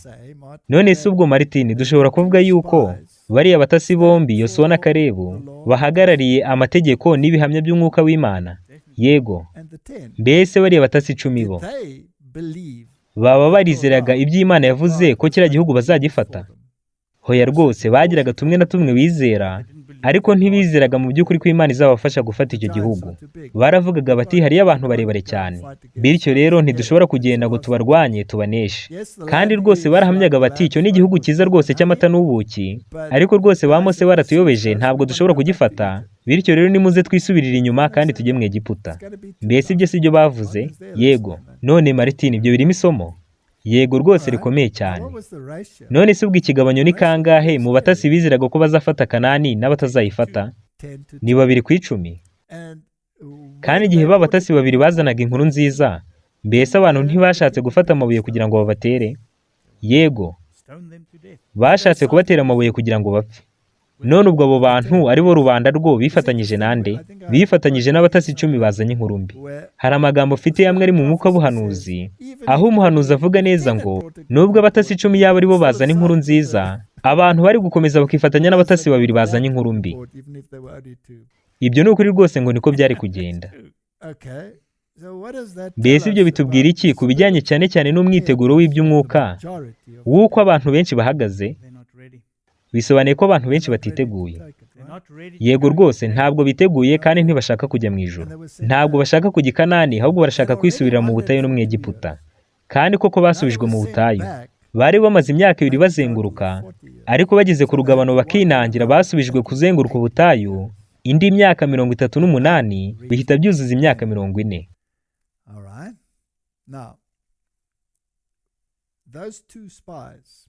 abo batasi babiri beza niba bahagarariye amategeko y'Imana n'ibihamya, kandi nyine bakaba baragombye gusubiranayo n'abandi kuko nta muntu witaye ku buhamya bwabo, none ubwo twaba dufite ikintu nk'icyo ngicyo cyaba cyarabayeho, by'umwihariko mu muvumba wa Kidivantiste. Mbese Abadivantisite b'umunsi wa karindwi baba barageze ku rwego nk'urwo ngurwo? Yego rwose, ni mu cya 888. None mbwira Martin, kugira ngo bisobanuke neza, ni abantu bangahe mu cya 888 bari bafite inkuru nziza? Ni babiri bonyine? Ni babiri bonyine? Mbese si Jones na Wagona? None ubwo ni bangahe koko? Jones na Wagona, abo ngabo ni abantu babiri, nibo bari bafite inkuru nziza bonyine. Ni bangahe rero bateruye amabuye kugira ngo babatere? Ni abandi bose basigaye bari baraho ngaho. None ubwo urumva ayo mateka twarayasubiyemo? Yego rwose, twujuje icyo byashushanyaga, kandi koko natwe twahise dusubira kuzenguruka isi. Sinzi ubwo njye nawe niba muri kino gisekuru twakwibara, ariko nzi ko wowe tutavukiye mu gisekuru kimwe. Rero aya mateka aratangaje cyane. Ni abatasi babiri bonyine bazanye inkuru nziza. Ibyo ngibyo byongera gufungurira amaso kumenya neza igihe duhagazemo muri kino gihe. Kandi kuva mu cya 888 aho haciyemo imyaka myinshi cyane. Rero Imana ntiyishimiye abo ngabo, kandi bagombaga kurimbukira mu butayu ubwo bari barihitiyemo, ndetse bongeye guhabwa amahirwe ku nshuro ya kabiri yo kwambuka. Ariko reka dusome aya magambo ari mu bakurambere n'abahanuzi. Aravuga ngo Abanyakanani bari barujuje igikombe cyo gukiranirwa kwabo, bityo Uwiteka ntiyari akibashije kubihanganira. Ubwo Imana yajyaga kubakuraho uburinzi bwayo, bari gutsindwa mu buryo bworoshye cyane. Ku bw'isezerano ry'Imana, igihugu cyari cyarahawe Abisiraheli. Ariko inkuru y'abatasi batari abizerwa yaremewe, kandi kubera iyo nkuru iteraniro ryose ryarayobejwe. Abagambanyi bari bakoze umurimo wabo, kandi niyo abatasi babiri bonyine aribo bazana inkuru mbi, maze abandi batasi 10 bakabatera umwete wo kwigarurira icyo gihugu mu izina ry'Uwiteka, rubanda bajyaga gukurikiza inama y'abo batasi babiri, bakayirutisha y'abo bandi 10 kubwo kutizera kwabo kubi. Nyamara ubu hari abagabo babiri bonyine bahagarariye ukuri, Yosuwa na Kalebu, mu gihe abandi batasi 10 bari ku ruhande rw'ubwigomeke. Martin, aya mateka twayasubiyemo, ndetse mu buryo bukomeye cyane butagishwaho impaka. Uretse ko twe tutari dufite abitwa Yosuwa na Kalebu, ahubwo twari dufite A.T. Jones na Wagona. Muri icyo gitabo cy'abakurambere n'abahanuzi paje 390, umuhanuzi w'Imana arakomeza ngo batasi 10 batizera basakuza cyane barwanya Yosuwa na Kalebu, ndetse batera hejuru ngo Yosuwa na Kalebu bicwe. Iyo nteko y'abantu bataye ubwenge yatoraguye amabuye yo kwicisha abo bagabo babiri b'indahemuka. Baje biruka basakuza cyane nk'abasazi, maze ako kanya ayo mabuye bari bafite abahubuka mu ntoki agwa hasi, nuko bahinda umushyitsi bafite ubwoba bwinshi cyane. Imana yari hitambitse kugira ngo iburizemo uwo mugambi wabo w'ubwicanyi. Ikuzo ryayo risa n'umuriro ugurumana ryamurikiye ihema ry'ibonaniro. Abantu bose babonye ikimenyetso cy'Uwiteka cyari gikomeye kuruta uko yari yarabihishuriye, maze ntihagira uhangara gukomeza urwo rugomo. Abatasi bazanye inkuru y'incamugongo bikubise hasi badagadwa, maze bajya mu mahema yabo bahagira. Rero Martin, tubayeho mu isi aho turimo turasubiramo aya mateka nk'uko byari byaravuzwe. Ndetse iyo turebye mu isi tukareba n'amakuru aturuka mu bo twizera kimwe, none se n'abantu benshi cyane muri bo barimo bararangurura bavuga ko imperuka yegereje, ndetse ko tugiye gutaha iwacu mu ijuru, kandi ko niduhagarara dushikamye ku mahame twahawe tuzashobora kwinjira mu ijuru bidatinze. None ni benshi barimo baravuga gutyo cyangwa ni bakeya? Ni bakeya cyane. None ubwo natwe umugabane waba uri 2 ku 10? Yego, ushatse wanabivuga gutyo. None se byashoboka koko bimeze gutyo? Yego, ni amateka agomba kwisubiramo. None se urwo ruhande rundi baba basakuza cyane kandi bakomeje barwanya bagenzi babo bavuga ko imperuka yegereje, babita amazina yo kubibasira no kubasebya? None se baba bandika inkuru mu binyamakuru byabo kandi bakavuga cyane ku maradiyo yabo bavuga ko hakwiye kurwanywa bikomeye cyane abo bose bavuga ko imperuka yegereje? Yego, ibyo birimo birabaho. None se waba utekereza yuko harimo haritabazwa inzu za gereza, aho barimo baravuga ngo aba bantu babaka kandi babagome bikomeye kuri rubanda ndetse no kwitorera ubwaryo, tugomba kubahagurukira tukabashyiramo? Yego rwose niko bimeze, niko mbyizera kandi niko mbibona. None Martin, waba ushaka kunkura umutima?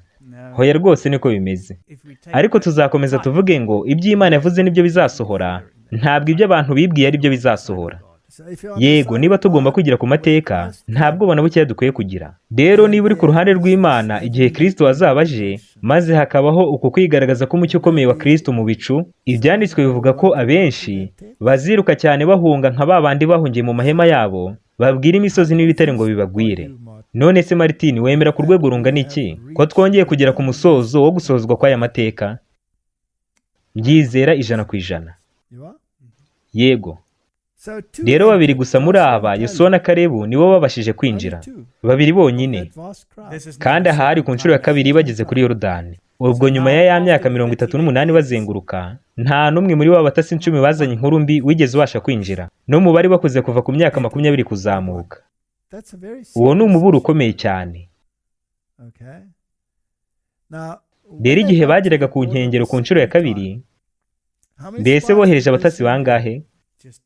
Ni babiri bonyine, ntabwo bongeye kohereza 12 kuko babonye ko bitari byarigeze bigira umumaro ku nshuro ya mbere. Rero ibyo ngibyo nabyo hari icyo bishushanya kandi gitangaje cyane. Mu yandi magambo, aba bantu noneho bari biteguye kwinjira mu gihugu cy'i Kanani. Bizeraga amategeko y'Imana, bakizera n'ibihamya by'Imana, kandi icyo gihe abatasi babiri baroherejwe. Mbese ubwo byari bigikenewe kohereza 12? Hoya, abatasi babiri bahagarariye amategeko n'ibihamya, kandi barabyizeraga koko. None nitureba ku cyabaye nyuma y'uko abo batasi babiri bizeraga amategeko y'Imana ndetse n'ibihamya byiza by'umwuka w'Imana, igihe bari bagarutse, baba barazanye ubuhamya bwiza cyangwa inkuru nziza? Yego, bavuze iby'ibiganiro bumvishe abanzi babo bagirana, maze bahita bavuga rwose ko bizera neza ko bashobora kwigarurira igihugu. Kandi bahuye n'uyu mugore Rahabu, kandi Rahabu yari maraya, kandi yabaga hejuru mu nkike. Muri Bibiliya, inkike zigose umurwa zagaragazwaga nk'uburinzi, kandi mu bigereranya Imana yakoresheje ivuga ku bwoko bwayo, yavuze ko amategeko yayo ari nk'inkike cyangwa inkuta zikomeye zigose ubwoko bw'Imana. Rero Rahabu yabaga ku nkike kuko zari zinubatse nk'amazu manini maremare cyane aho abantu babaga. Mu buryo bw'icyo ibyo bishushanya rero, mbese dushobora kuvuga yuko Rahabu ari umugore, kandi umugore ashushanya itorero mu buhanuzi, kandi ubwo tukaba twavuga itorero ryaguye cyangwa se maraya, kuko nyine Rahabu yagaragajwe nka maraya. Ubwo twavuga gutyo niba tugiye gufata ikintu tukareba icyo bishushanya. Ubwo rero no mu bice nk'iby'i Yeriko, ahari hari umurwa wuzuye ubusambanyi cyane, hari hari umugore nawe ugifite aho ahuriye n'inkike cyangwa uburinzi bwabo, kandi yahawe isezerano Rahabu ry'uko we n'umuryango we wose ndetse n'undi wese uzaza ukinjira muri iyo nzu ye azarokoka. Ubwo rero muri kino gihe cy'imperuka, amatorero yose yahindutse maraya kubwo kutita ku mategeko n'ibihamya by'umwuka w'Imana. Bwa nyuma bamwe muri bo bazagera ku mwanzuro uvuga yuko bagomba kwifatanya n'ubwoko bw'Imana, kandi bafashe umugozi muto bawushyira mu maraso ngo utukure kugira ngo uzababere uburinzi. Bishushanya ko bagombaga gukizwa n'igitambo cya Yesu Kristo, ndetse binashushanya ko bagomba kwemera impongano ye ndetse bakakira amategeko n'ibihamya by'umwuka we. Nuko kandi bakifatanya n'abantu b'Imana nk'uko inzu ya Rahabu yifatanyije n'abatasi. Iyo ugiye muri Rusi igice cya 4 umurongo 21 kugeza ku 22 haranditse ngo Salomoni yabyaye Bowazi. Muri uno murongo ntabwo bigeze bavuga mama wa Bowazi uwo ari we, ariko yari nde? Ni Rahabu. Yego rwose ni Rahabu, umwe wari warigeze kuba maraya. None se Salomoni we yari nde? Ni umwe muri ba batasi babiri bari baroherejwe. Ubwo rero umwe muri ba batasi bombi yaje kuza gushyingiranwa na Rahabu. Nuko babyara Bowazi, Bowazi nawe abyara Obedi, Obedi abyara Yesayi, maze Yesayi abyara Dawidi. Mbese Bowazi yashyingiranywe nande? Na Rusi. Yego rwose, kandi Rusi yari umwe mu bwoko bw'Abamowabu. Ubwo rero turabona icyo twakwita nk'amatorero yandi yaguye yahindutse maraya, kubera ko Abamowabu bavuye hehe? Bavuye kuri Loti n'abakobwa be. Kandi ibyo ngibyo byabayeho kubw'uburaya. Ariko bamwe mu Bamowabu bameze nka Rusi baravuze ngo Imana yanyu niyo izaba Imana yanjye, kandi abantu banyu nibo bazaba abantu banjye. ibyo ni bwa butumwa buvuga ngo bwoko bwanjye nimubusohokemo, maze ubwanyu mwifatanye n'abantu bose bizera amategeko y'Imana ndetse n'ibihamya by'umwuka w'Imana badashidikanya. Ubwo rero ikintu gitangaje ni uko abo bantu bameze gutyo bose Kristo yihuza nabo. Yego rwose, bivuze ko abantu bose bavuye mu mpande zose bakihuza nawe abagira abe. Mbega ibintu bitangaje cyane, uku kwisubiramo kw'amateka kuranezeza. Yego, kandi icyo abo bantu bakeneye gukora kugira ngo nabo bifatanye na Yesu Kristo, bagomba kwizera amategeko ndetse n'ibihamya by'umwuka w'Imana. Ibyo ni ukuri. None se Rahabu yaba yarizeye ibyo abatasi bamubwiye? Yego, yarabyizeye. Ubwo rero nawe yahise yizera amategeko n'ibihamya, kuko yari yarumvishe ibyo Abisiraheli baciyemo byose, nuko Imana yabakijije Abanyegiputa n'ibindi byinshi bitandukanye. Ndetse bo nta bwoba bigeze bagira kubwo gufatanya n'abatasi. Rero uku kwisubiramo kw'amateka kuratangaje kandi ni kwiza rwose. Ariko nanone reka dusome icyo umwuka w'abahanuzi uvuga kuri ibi ngibi. Abakurambere n'abahanuzi paje 483 haranditse ngo ku ntera y'ibirometero bike cyane uvuye ku ruzi rwa Yorodani hari umujyi wa Yeriko wari ufite inkike zikomeye cyane. Byagaragaraga ko uyu mujyi ari wo rembo ryinjira mu gihugu cyose kandi wajyaga kubera Abisiraheli inzitizi zikomeye cyane. Kubw'iyo mpamvu Yosuwa yohereje abasore babiri b'abatasi kugira ngo basure uwo mujyi kandi bagire icyo bamenya ku baturage bawo, ubukungu bwawo no gukomera k'uburinzi urindishijwe. Kubera ko abaturage b'uwo mujyi bari batewe ubwoba kandi bakekakeka umuntu wese, bahoraga ari maso maze bituma abo batasi babiri bagwa mu kaga gakomeye. None se Martin, waba utekereza ko ubwo tugeze ku rugabano ku nshuro ya kabiri, ubwo tugiye kwinjira muri Kanani yo mu ijuru, kubera ko rwose nta gushidikanya ubu tugomba kujya mu ijuru, waba utekereza ko natwe hazabaho akaga gakomeye cyane nk'aka kabaye ku batasi babiri bizerwaga? Yego rwose. Mbese umurwa uzagaragara nk'ukomeye cyane kandi udashobora gusenywa? Yego, kandi umurwa byanze bikunze ugomba gushyirwa hasi. Ndetse Bibiliya hari ikivuga kuri uwo murwa w'iki gihe cyangwa umudugudu mu gitabo cy'ibyahishuwe. Kubera ko abaturage b'uwo mujyi bari batewe ubwoba kandi bakekakeka umuntu wese, bahoraga ari maso maze bituma abo batasi babiri bagwa mu kaga gakomeye.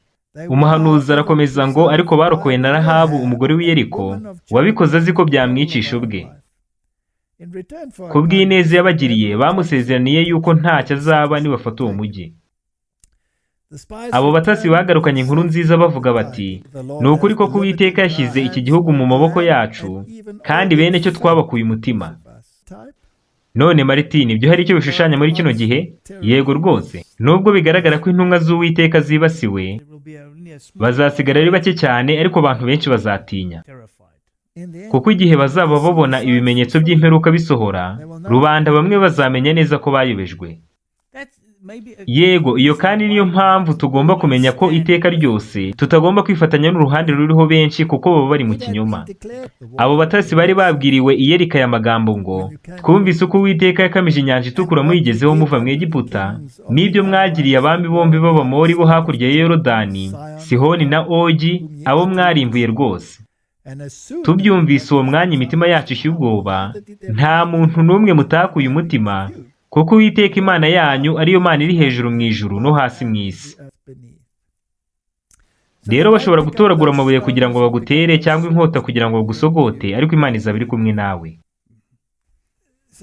Rero Martin, hano tuhafite inkuru y'ibyabaye ubwo ikirema cyakizwaga i Betesida.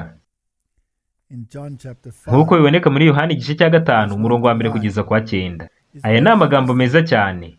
Haranditse ngo, hanyuma y'ibyo haba iminsi mikuru y'Abayuda, nuko Yesu agiye Yerusalemu. Kandi i Yerusalemu bugufi bw'isoko ry'intama hari ikidendezi, mu Ruheburayo cyitwa Betesida, cyariho amabaraza 5. Biratangaje cyane kuko urumva ko bavuze ngo bwari bugufi bw'isoko ry'intama. Rero ni hafi y'aho bagurishirizaga amatungo y'ibitambo. Kandi icyo kidendezi cyari gifite amabaraza 5. Umubare 5 ni umubare ugaragaza umuntu, nk'uko dufite intoki 5, amano 5 n'ibindi. Muri ayo mabaraza hari abarwayi benshi, barimo impumyi n'ibirema n'abanyunyutse, bari bategereje ko amazi yihinduriza. Kuko rimwe na rimwe marayika yamanukaga akajya muri icyo kidendezi agahinduriza amazi, nuko umuntu wabanzaga kujyamo amazi yihindurije niwe wakiraga indwara ye iyo ari yo yose. Kandi hariho umuntu ufite indwara ayimaranye imyaka 38. Rero Martin, iyi ni inkuru itangaje cyane kandi ifite ikitwigisha gikomeye mu bya mwuka. bamwe mu bakurikira amateka ya Bibiliya bavuga ko aya magambo asobanura iby'iki kidendezi atarakwiye kuza muri Bibiliya, kandi ntibajya bemera n'ubwo ingero ya Bibiliya ya King James yayashyizemo. Ibyo kandi birababaje kuko abasobanuzi bamwe ba Bibiliya bagerageje kuyakura muri Bibiliya zabo. Yego, ubwo rero rya somo ry'iby'umwuka nta n'iryo bashobora kwigiramo. Ibyo ni ukuri rwose. Rero niba uyu mugabane uvuga ku by'iki kidendezi utarimo, ntabwo byaba bisobanutse mu by'ukuri, kandi nta n'indi mpamvu twaba dusigaranye yo kwizera iby'iki kidendezi.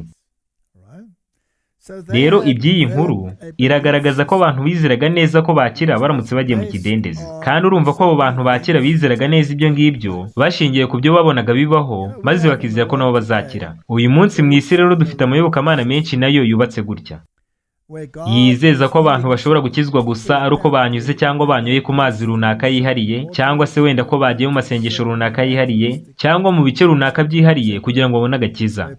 Aho usanga abantu bikubita hasi bakongera bakazamuka, bagakora ingendo ndende cyangwa bakikorera amabuye aremereye cyane, ndetse n'ukundi kwibabaza gutandukanye kugira ngo bakundwe bemerwe n'Imana. Kandi iyo ni imyemerere yubakiye ku kinyoma kivuga ngo nukora gutya na gutya nibwo uri bukizwe.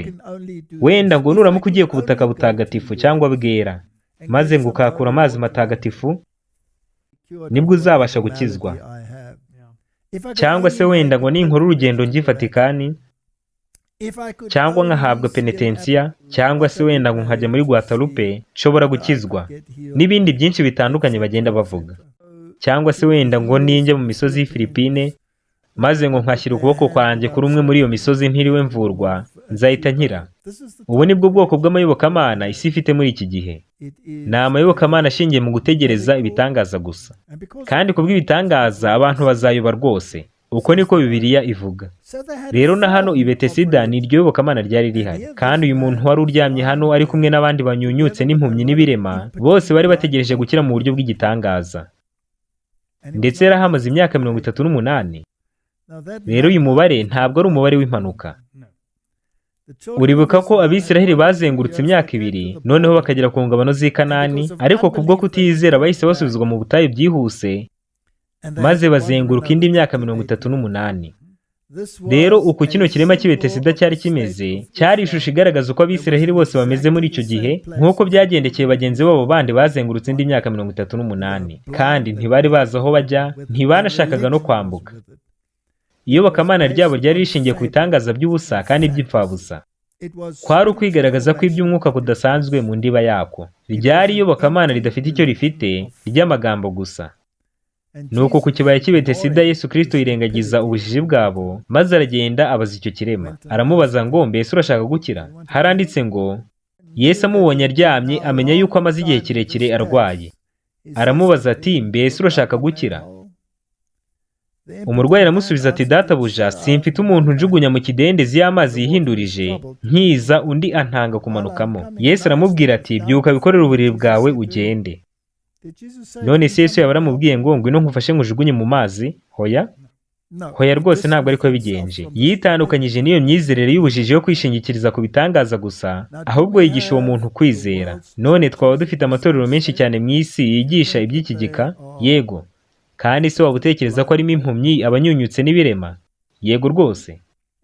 Kandi nawe yabonye igitangaza nyuma y'imyaka 38, nk'uko Abisiraheli bongeye kubona igitangaza nyuma y'iyo myaka ubwo bajyaga muri Kanani. Nawe yafashe uburiri bwe arataha. None se waba utekereza ko aricyo gihe cyacu cyo gutaha mu rugo?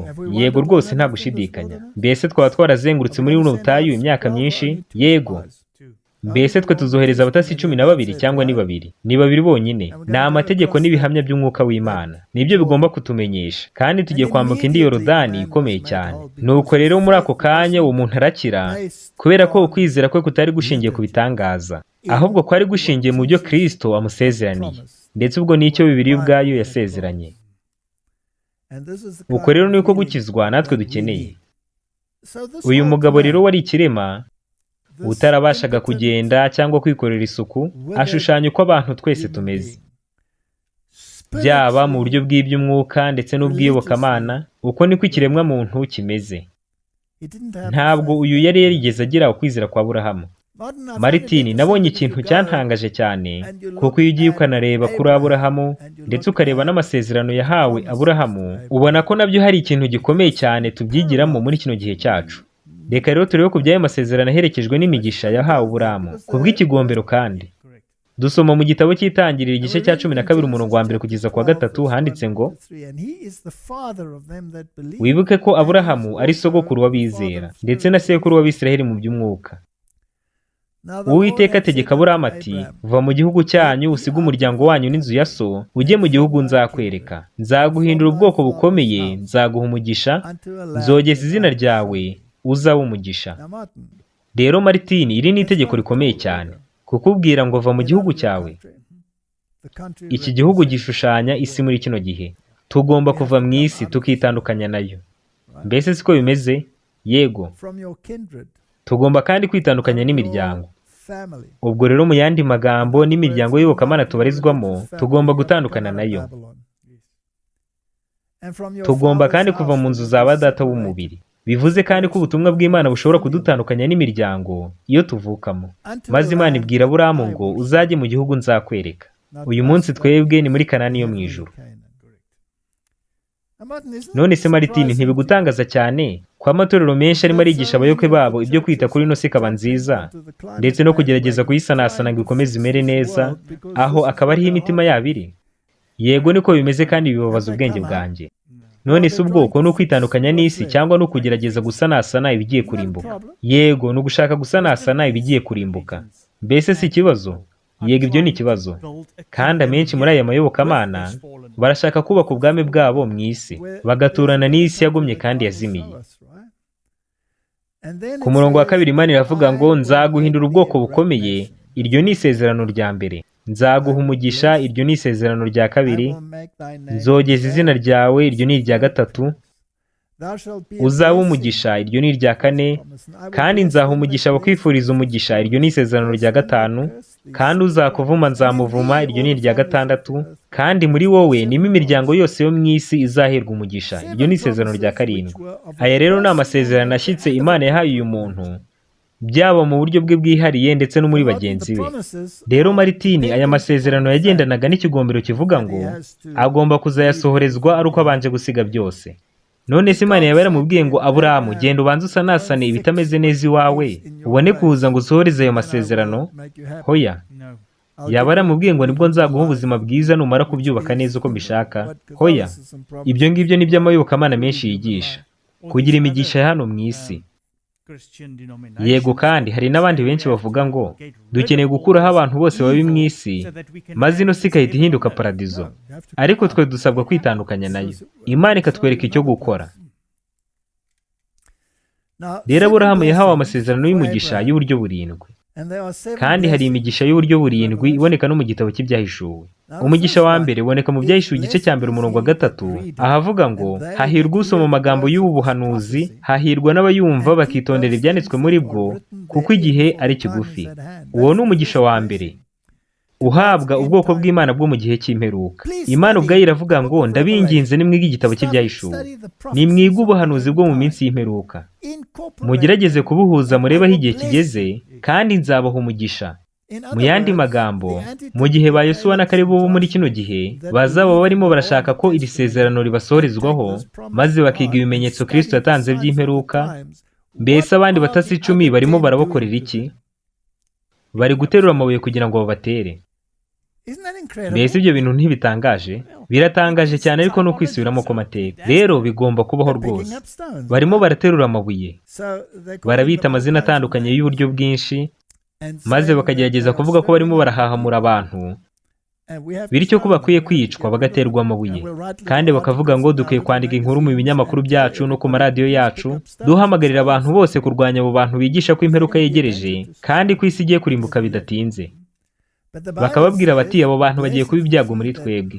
Ariko Bibiliya ubwayo iravuga ngo hahirwa usoma amagambo y'ubu buhanuzi, ubwo ni ukwiga igitabo cy'ibyahishuwe n'ubuhanuzi bwa Bibiliya yose, kandi ukabibika mu mutima wawe. Mu yandi magambo, nyuma yo kwiga ubwo buhanuzi ugomba no kuvuza impanda ikumvikana hose. Ugomba kuburira abantu kwirinda kwakira ikimenyetso cy'inyamaswa, ukababurira kwirinda inyamaswa zo mu byahishuwe 13 ndetse na nyina w'abamaraya wo mu byahishuwe 17, kandi ukanababwira ko hari umurwa wera ugiye kuza, ukanababwira ko ino si igiye kurimbuka rwose bidatinze nta kabuza, maze hakaremwa isi nshya. Ibyo ni ukuri. abo bantu bizerwa bagomba gutegurira abantu kujya muri Kanani yo mu ijuru. Yego rwose, nubwo bamwe muri bo bazaterwa amabuye. Ibyo ni ukuri nta gushidikanya. Noneho ugiye mu Byahishuwe 14:13 haranditse ngo, numva irindi jwi rivugira mu ijuru riti, andika uti, uhereye none hahirwa abapfa bapfira mu mwami wacu. Umwuka nawe aravuga ati, ye, kuko imirimo yabo ijyanye nabo ibakurikiye. Rero niba aya masezerano ari ku mutima wawe, ukigisha buno butumwa bwo kugaruka kwa Kristo, nubwo wapfa rwose, icyo gihe ntabwo upfuye by'iteka ubusinziriye, kandi uba ukiri mu banyamugisha. Ariko rero ugomba kuba muri runo ruhande, ukavuza impanda mu majwi yose, kugira ngo uteguze abantu kugaruka kwa Kristo. Kubera yuko handitse ngo, hahirwa abapfa bapfira mu mwami wacu. Mu yandi magambo, ni umuntu wese wakiriye ubutumwa kandi Kristo akaba atuye muri we, ndetse akaba yaranabwigishije, kandi ntabwo bishingiye ku gihe cyose yaba yarapfiriye. Martini rero, nubwo rimwe mu mabuye y'abatasi batizerwa ryagukubita ugapfa, ubu kibikiwe ubugingo buhoraho. Undi mugisha wa gatatu uboneka mu Byahishuwe 16:15, ahanditse ngo, hahirwa uw'amaso akarinda imyenda ye, kugira ngo atagenda yambaye ubusa bakareba isoni z'ubwambure bwe. Mu kanya tugiye kuvuga gatoya kuri ino ngingo, kuko twigeze kuyivugaho mu bihe byatambutse. None se bisobanuye iki kuza nk'umujura? Ndatekereza ko hari ikindi kintu gitoya tugomba gusobanuraho. Reka tubivugeho mu kanya dusoza. Ariko kandi dukeneye ikanzu yera ariyo gukiranuka kwa Kristo Yesu. Ibyo ni ukuri rwose. Turamutse tutayifite ntabwo twazigira tujya mu ijuru. Rero mu ijuru nta mwanya uhari w'abantu biyesheje ku giti cyabo, ahubwo hari imyanya y'abambaye gukiranuka kwa Kristo gusa. Noneho hari undi mugisha uboneka mu Byahishuwe 19:9, ahavuga ngo, arambwira ati, andika uti, hahirwa abatorewe ubukwe bw'umwana w'intama, kandi ati, ayo magambo ni ay'ukuri kw'Imana. Ubwo ni ubukwe, kandi ibibuke ni by'abo bakobwa 10. Aho harimo icyigisho gikomeye cyane. Undi mugisha uri mu Byahishuwe 20:6 handitse ngo, ufite umugabane wo kuzuka kwa mbere arahirwa kandi ni uwera. Urupfu rwa kabiri ntirubasha kugira icyo rutwara abameze batyo, ahubwo bazaba abatambyi b'Imana na Kristo, kandi bazimana nayo imyaka 1000. Niba ushaka kuba umwe muri abo banyamugisha, ugomba kwiga ibijyanye n'ikinyagihumbi, ukiga kandi imyaka 6,000 ikibanziriza. Mbese ikinyagihumbi cyaba kizabera hano mu isi cyangwa kizabera mu ijuru? Kizabera mu ijuru, kuko Imana izamanuka n'abamarayika bayo bakomeye, nuko natwe tuzazamuka tujye kumusanganira mu kirere, kandi tugere mu murwa we rutunganye. Kandi ibyago 7 bizaba byarimbuye ikintu cyose kizaba gisigaye mu isi. None se Martini, ibyo wabyumva neza uramutse utarize igitabo cy'Ibyahishuwe? Hoya, ntabwo wabyumva, kuko icyo nicyo gitabo cyonyine kisobanura mu buryo bweruye busobanutse neza, kigatanga itandukaniro hagati y'umuzuko wa mbere n'umuzuko wa kabiri, bakavuga n'iki gihe cy'ikinyagihumbi kizaba kiri hagati y'iyo mizuko ibiri, bakanavuga icyo ubwoko bw'Imana buzaba burimo burakora muri iyo myaka 1000 ubwo buzaba buri mu ijuru. Ubwo ugomba kwiga igitabo cy'Ibyahishuwe. Nyamara bamwe baravuga bati, hoya rwose, tugomba kuvuga ku rukundo rwa Kristo gusa, ibyo bindi tukabyihorera. Ariko kandi nudasanga urukundo mu gitabo cy'Ibyahishuwe, nta n'ahandi uzarusanga. Yego rwose, nta handi uzanarusanga n'ubundi. Undi mugisha uri mu Byahishuwe 22:7 handitse ngo, kandi dore ndaza vuba, hahirwa uwitondera amagambo y'ubuhanuzi bw'iki gitabo. None se ubwo kwitondera ikintu, ibyo ni ibintu bikomeza? Yego, ni igikomezo, kandi bamwe mu bigishije ubu butumwa bagomba kuzabuvamo. Nyamara hahirwa bitondera amagambo y'ubu buhanuzi kugeza ku mperuka, hahirwa n'abapfuye babwizera. Noneho undi mugisha aboneka mu Byahishuwe 22:14 ahanditse ngo, hahirwa abakomeza amategeko y'Imana kugira ngo bemererwe kwegera cya giti cy'ubugingo, kandi banyure mu marembo binjire muri wa murwa. Rero Martini, Satani yangira isomo cyane bikomeye, kandi agenda rihindagura mu ngeri za Bibiliya zitandukanye, maze bakaryandika uko ritanditse. Yego, birababaje kandi biteye ubwoba uko baryandika. Uyu murongo wanditse ko hahirwa bitondera amategeko y'Imana. None se ubona ukuntu abantu benshi cyane bishimira iriya mpinduka yakozwe kuri uyu murongo? Yego, ariko hano mu gitabo cy'Ibyahishuwe turahabona imigisha y'uburyo 7, kandi ireba ubwoko bw'Imana bwo mu gihe cy'imperuka. Uribuka ko mu itangiriro naho Aburahamu yahawe amasezerano y'imigisha y'uburyo 7. Rero kandi hari umugisha wasezeraniwe abari maso. Matayo 24:42 kugeza 46 haranditse ngo, nuko mube maso kuko mutazi umunsi umwami wanyu azazaho. Ariko ibi mubimenye, iyaba nyir'urugo yari amenye igicuku umujura azaziramo, yabaye maso ntiyamukundiye gucukura inzu ye. Nuko namwe mwitegure, kuko igihe mudatekereza aricyo umwana w'umuntu azaziramo. mbese ninde mugaragu ukiranuka w'ubwenge shebuja yasigiye abo mu rugo rwe kubagerera igerero igihe cyaryo? Uwo mugaragu arahirwa shebuja naza agasanga abikora. None se Martin, uyu si umugisha wihariye uhabwa bari maso? Yego rwose, tugomba kuba maso. None se tugomba kuba maso tureba iki? Dutegereje kugaruka kwa Kristo Yesu kandi tukanaburira bagenzi bacu. Iyo umuntu ari maso abasha gutuma umujura atamutungura. None se aramutse amutunguye yamukorera iki? Abashaka kumwiba akanamurimbura. Ubwo rero abasinzira bose bazamburwa ubugingo buhoraho, kandi Satani azabanyaga ubugingo. Rero ugomba kuburira abantu babwira kwirinda umujura ndetse no gutegereza kugaruka kwa Kristo. Mbese ubwo ni ubutumwa bukunzwe? Hoya rwose. Mbese ari abantu bamwe baba bahaguruka bakavuga bati ibyo bintu ni mubirekere, mwe kuvuga ibirimo biraba mu yandi madini, ngo ahubwo mwigishe urukundo gusa. Yego niko bavuga. None se abitwaza ibyo bazagerwaho n'iyi migisha? Hoya rwose, habe na gatoya. Rero mbere y'uko Abisiraheli bagera ku nkengero ku nshuro ya kabiri, hari ikindi kintu cyabayeho. Icyo ngicyo ni Bali y'Ipewori. Mu bakurambere n'abahanuzi paje 453 umuhanuzi w'Imana yaranditse ngo mu ruhande rw'iburasirazuba rw'uruzi rwa Yorodani hagati y'uruzi n'imisozi bambukiranyaga naho hari ikibaya kigari kandi kirambuye gikurikiye inkengero z'urwo ruzi. Icyo kibaya gitwikiriwe n'ibiti cyari gifite amahumbezi, kirimo ibiti byinshi byitwa imishitimu, bigatuma icyo kibaya cyitwa ikibaya cy'ishitimu. Aho niho Abisiraheli babambye amahema maze babona uburuhukiro bwiza mu biti byaho.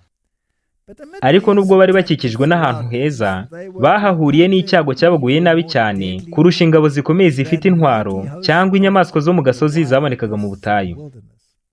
Icyo gihugu cyari gikungahaye ku mutungo kamere, cyari cyarandujwe n'abaturage bacyo. Iyo baramyaga Bali mu ruhame, ibyaha bikomeye biri hanyuma y'ibindi kandi by'urukozasoni byakorwaga ku mugaragaro. Mu mpande zose habaga hari ahantu hagenewe gusengerwa ibigirwamana no kuhakorera ubusambanyi bw'indengakamere, kandi amazina yaho yagaragazaga ububi no kwangirika kw'imico by'abaturage baho.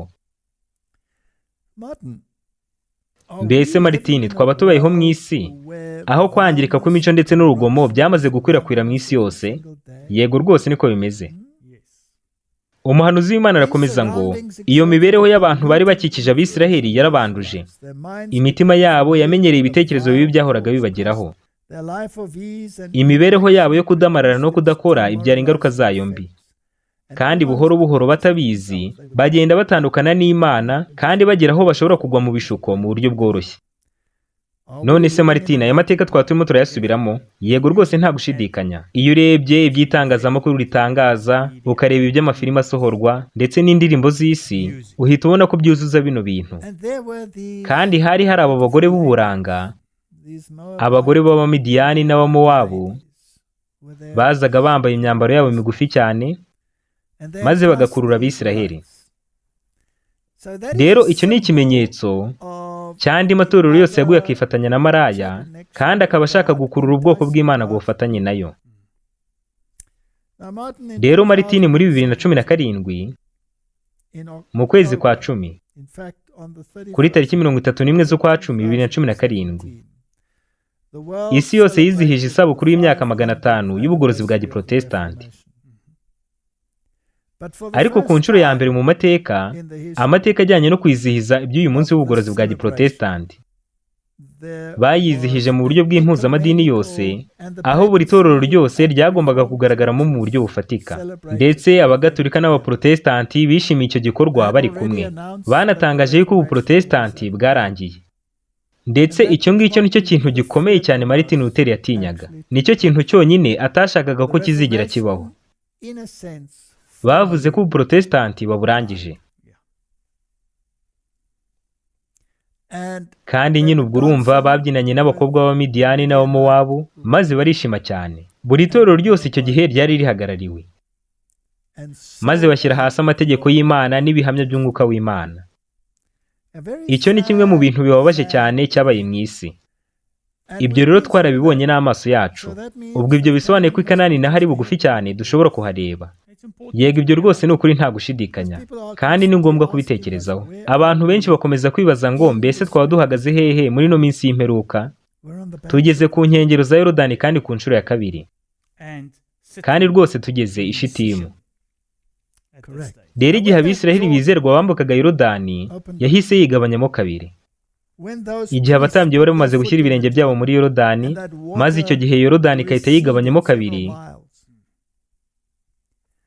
abisiraheli bemerewe kugenda, ariko babwiwe ko batagomba kwegera isanduku kubera ko batari bafite imibiri itunganye, bari bagifite bimwe bagomba gukosora. Nuko baragiye bambuka muri yorodani, maze bafata amabuye 12 bakora inkingi, aho buri muntu wese uhagarariye umuryango yazanye ibuye, kandi yari amabuye manini yazanywe n'abagabo b'abanyambaraga. Nuko bazana ayo mabuye bakora inkingi, ndetse igitinyiro cy'Uwiteka kiza kuri abo bantu, ndetse banariye Pasika icyo gihe, kandi bari baranakebwe. Ubwo rero nta kindi gihugu cyashoboraga kubahangara. Nuko baragenda bafata Yeriko banigarurira igihugu nk'uko twabiganiriye. Natwe rero tugeze ku nkengero, tugiye kwambuka tujya i Kanani. Hano hari amagambo akomeye ngira ngo dusorezeho.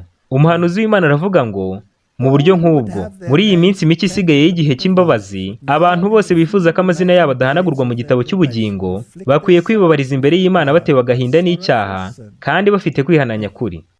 Martin, ibyo nibyo twagakwiye kuba turimo turakora muri kino gihe cyacu. Yego rwose 100%, kuko ibi bihwanye n'ubutumwa bw'abamarayika batatu.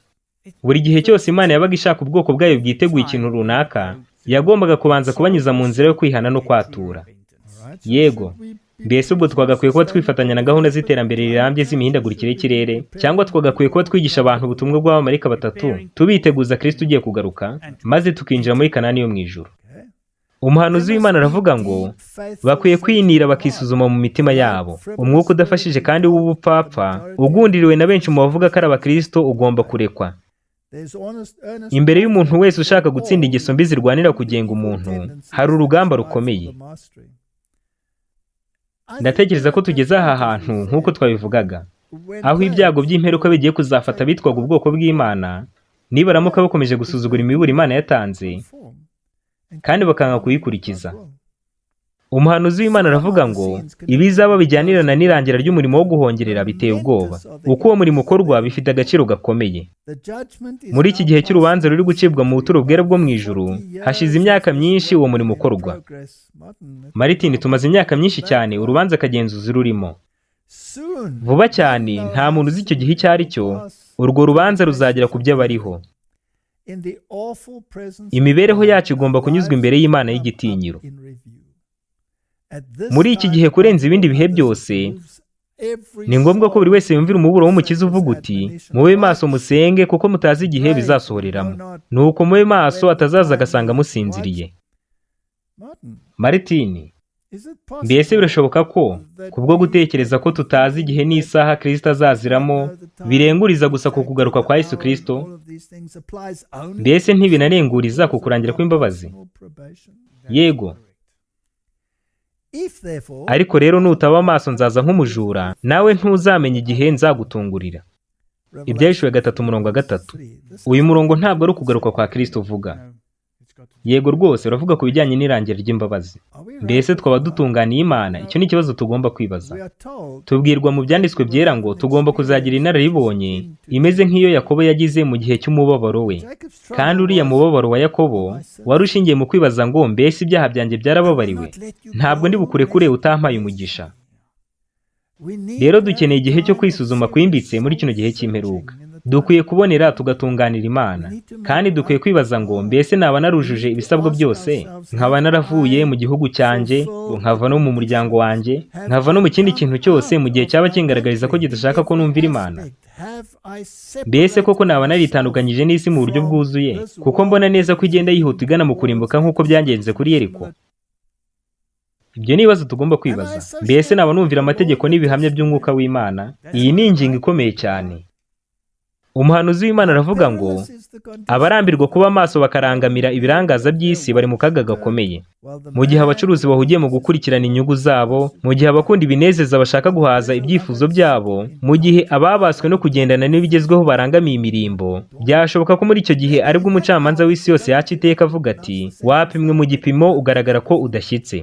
rero mu yandi magambo kuba Kristo azaza nk'umujura birenguriza cyane ku kurangira kw'imbabazi mbere y'uko Kristo agaruka. Buri muntu wese witiriwe izina rya Kristo afite urubanza ruri gusuzumwa mu rukiko rwo mu ijuru. Ni urukiko rukorana natwe, kandi umwanzuro wa buri rubanza rwose uzaba ari wo wa nyuma. Rero mu yandi magambo kuba Kristo azaza nk'umujura birenguriza cyane ku kurangira kw'imbabazi mbere y'uko Kristo agaruka. Mbese niko bimeze? Yego. Iki ngiki rero kibike mu bwenge bwawe Martin. Iki ni igihe cyo kuvuza impanda ikumvikana mu buryo bwose. Yego rwose, ni igihe cyo guhagarara ku nkike tukavuza impanda. Ni n'igihe cyo kubonezwa tugatunganya imibereho yacu ku bwa Mwuka Wera. Ni igihe cyo gukirana n'Imana tukavuga ngo sinkure kuri utampaye umugisha. Ni igihe kandi cyo kumvira amategeko y'Imana n'ibihamya by'Umwuka w'Imana. Ni igihe cyo kuburira ikiremwa muntu akaga kegereje. Mbese twaba twarasubiyemo amateka yose y'Abisirayeli nk'uko bayasubiyemo, tukaba tugeze natwe kuri Yorodani ku nshuro ya kabiri? Yego. Mbese ahubwo ahari twaba twararenze Bali Pewori? Yego. Mbese twaba twarabonye ababyinana n'Abamidiyani n'Abamowabu kandi bavuga ko ari Abisirayeli? Yego. Mbese ntitwababonye bajya mu mpuzamadini zabo? Yego, twarabibonye. Ibyo byose byarakozwe. None ubwo hasigaye iki? Ni ukwinjira muri Yorodani tukambuka. Mbese haba hazabaho icyago nk'icyabaye i Bali Pewori? Yego rwose kizabaho. Nibyo rwose, icyo cyago kigiye kuza. Imana idufashe. Reka dusenge. Data uri mu ijuru, twasubiyemo amateka nk'uko ijambo ryawe ryari ryarabivuze. Uyu munsi tugeze ku nkengero za Yorodani ku nshuro ya kabiri. Twasubiyemo amateka ijambo ku ijambo, inyuguti ku nyuguti. Ndetse natwe twazengurutse ubutayu nk'uko Abisirayeli babuzengurutse. None ubu tumaze no kugera i Bali Pewori kuko tubona ibyakozwe natwe birimo birakorwa. Turagusabye kugira ngo isanduku y'isezerano igende iri imbere yacu, amategeko y'Imana n'ibihamya bitubere umuyobozi. Uduhe kuyakurikiza yose uko yakabaye kugeza ku kugaruka kwawe. Udufashe kugira ngo ubuzima bwacu butungane, kandi udufashe kuba muri buno bwoko bwihariye bugiye kwinjira muri Kanani yo mu ijuru, igihugu ubwawe waduteguriye. Tubigusaba ubuntu mu izina rya Yesu. Amen.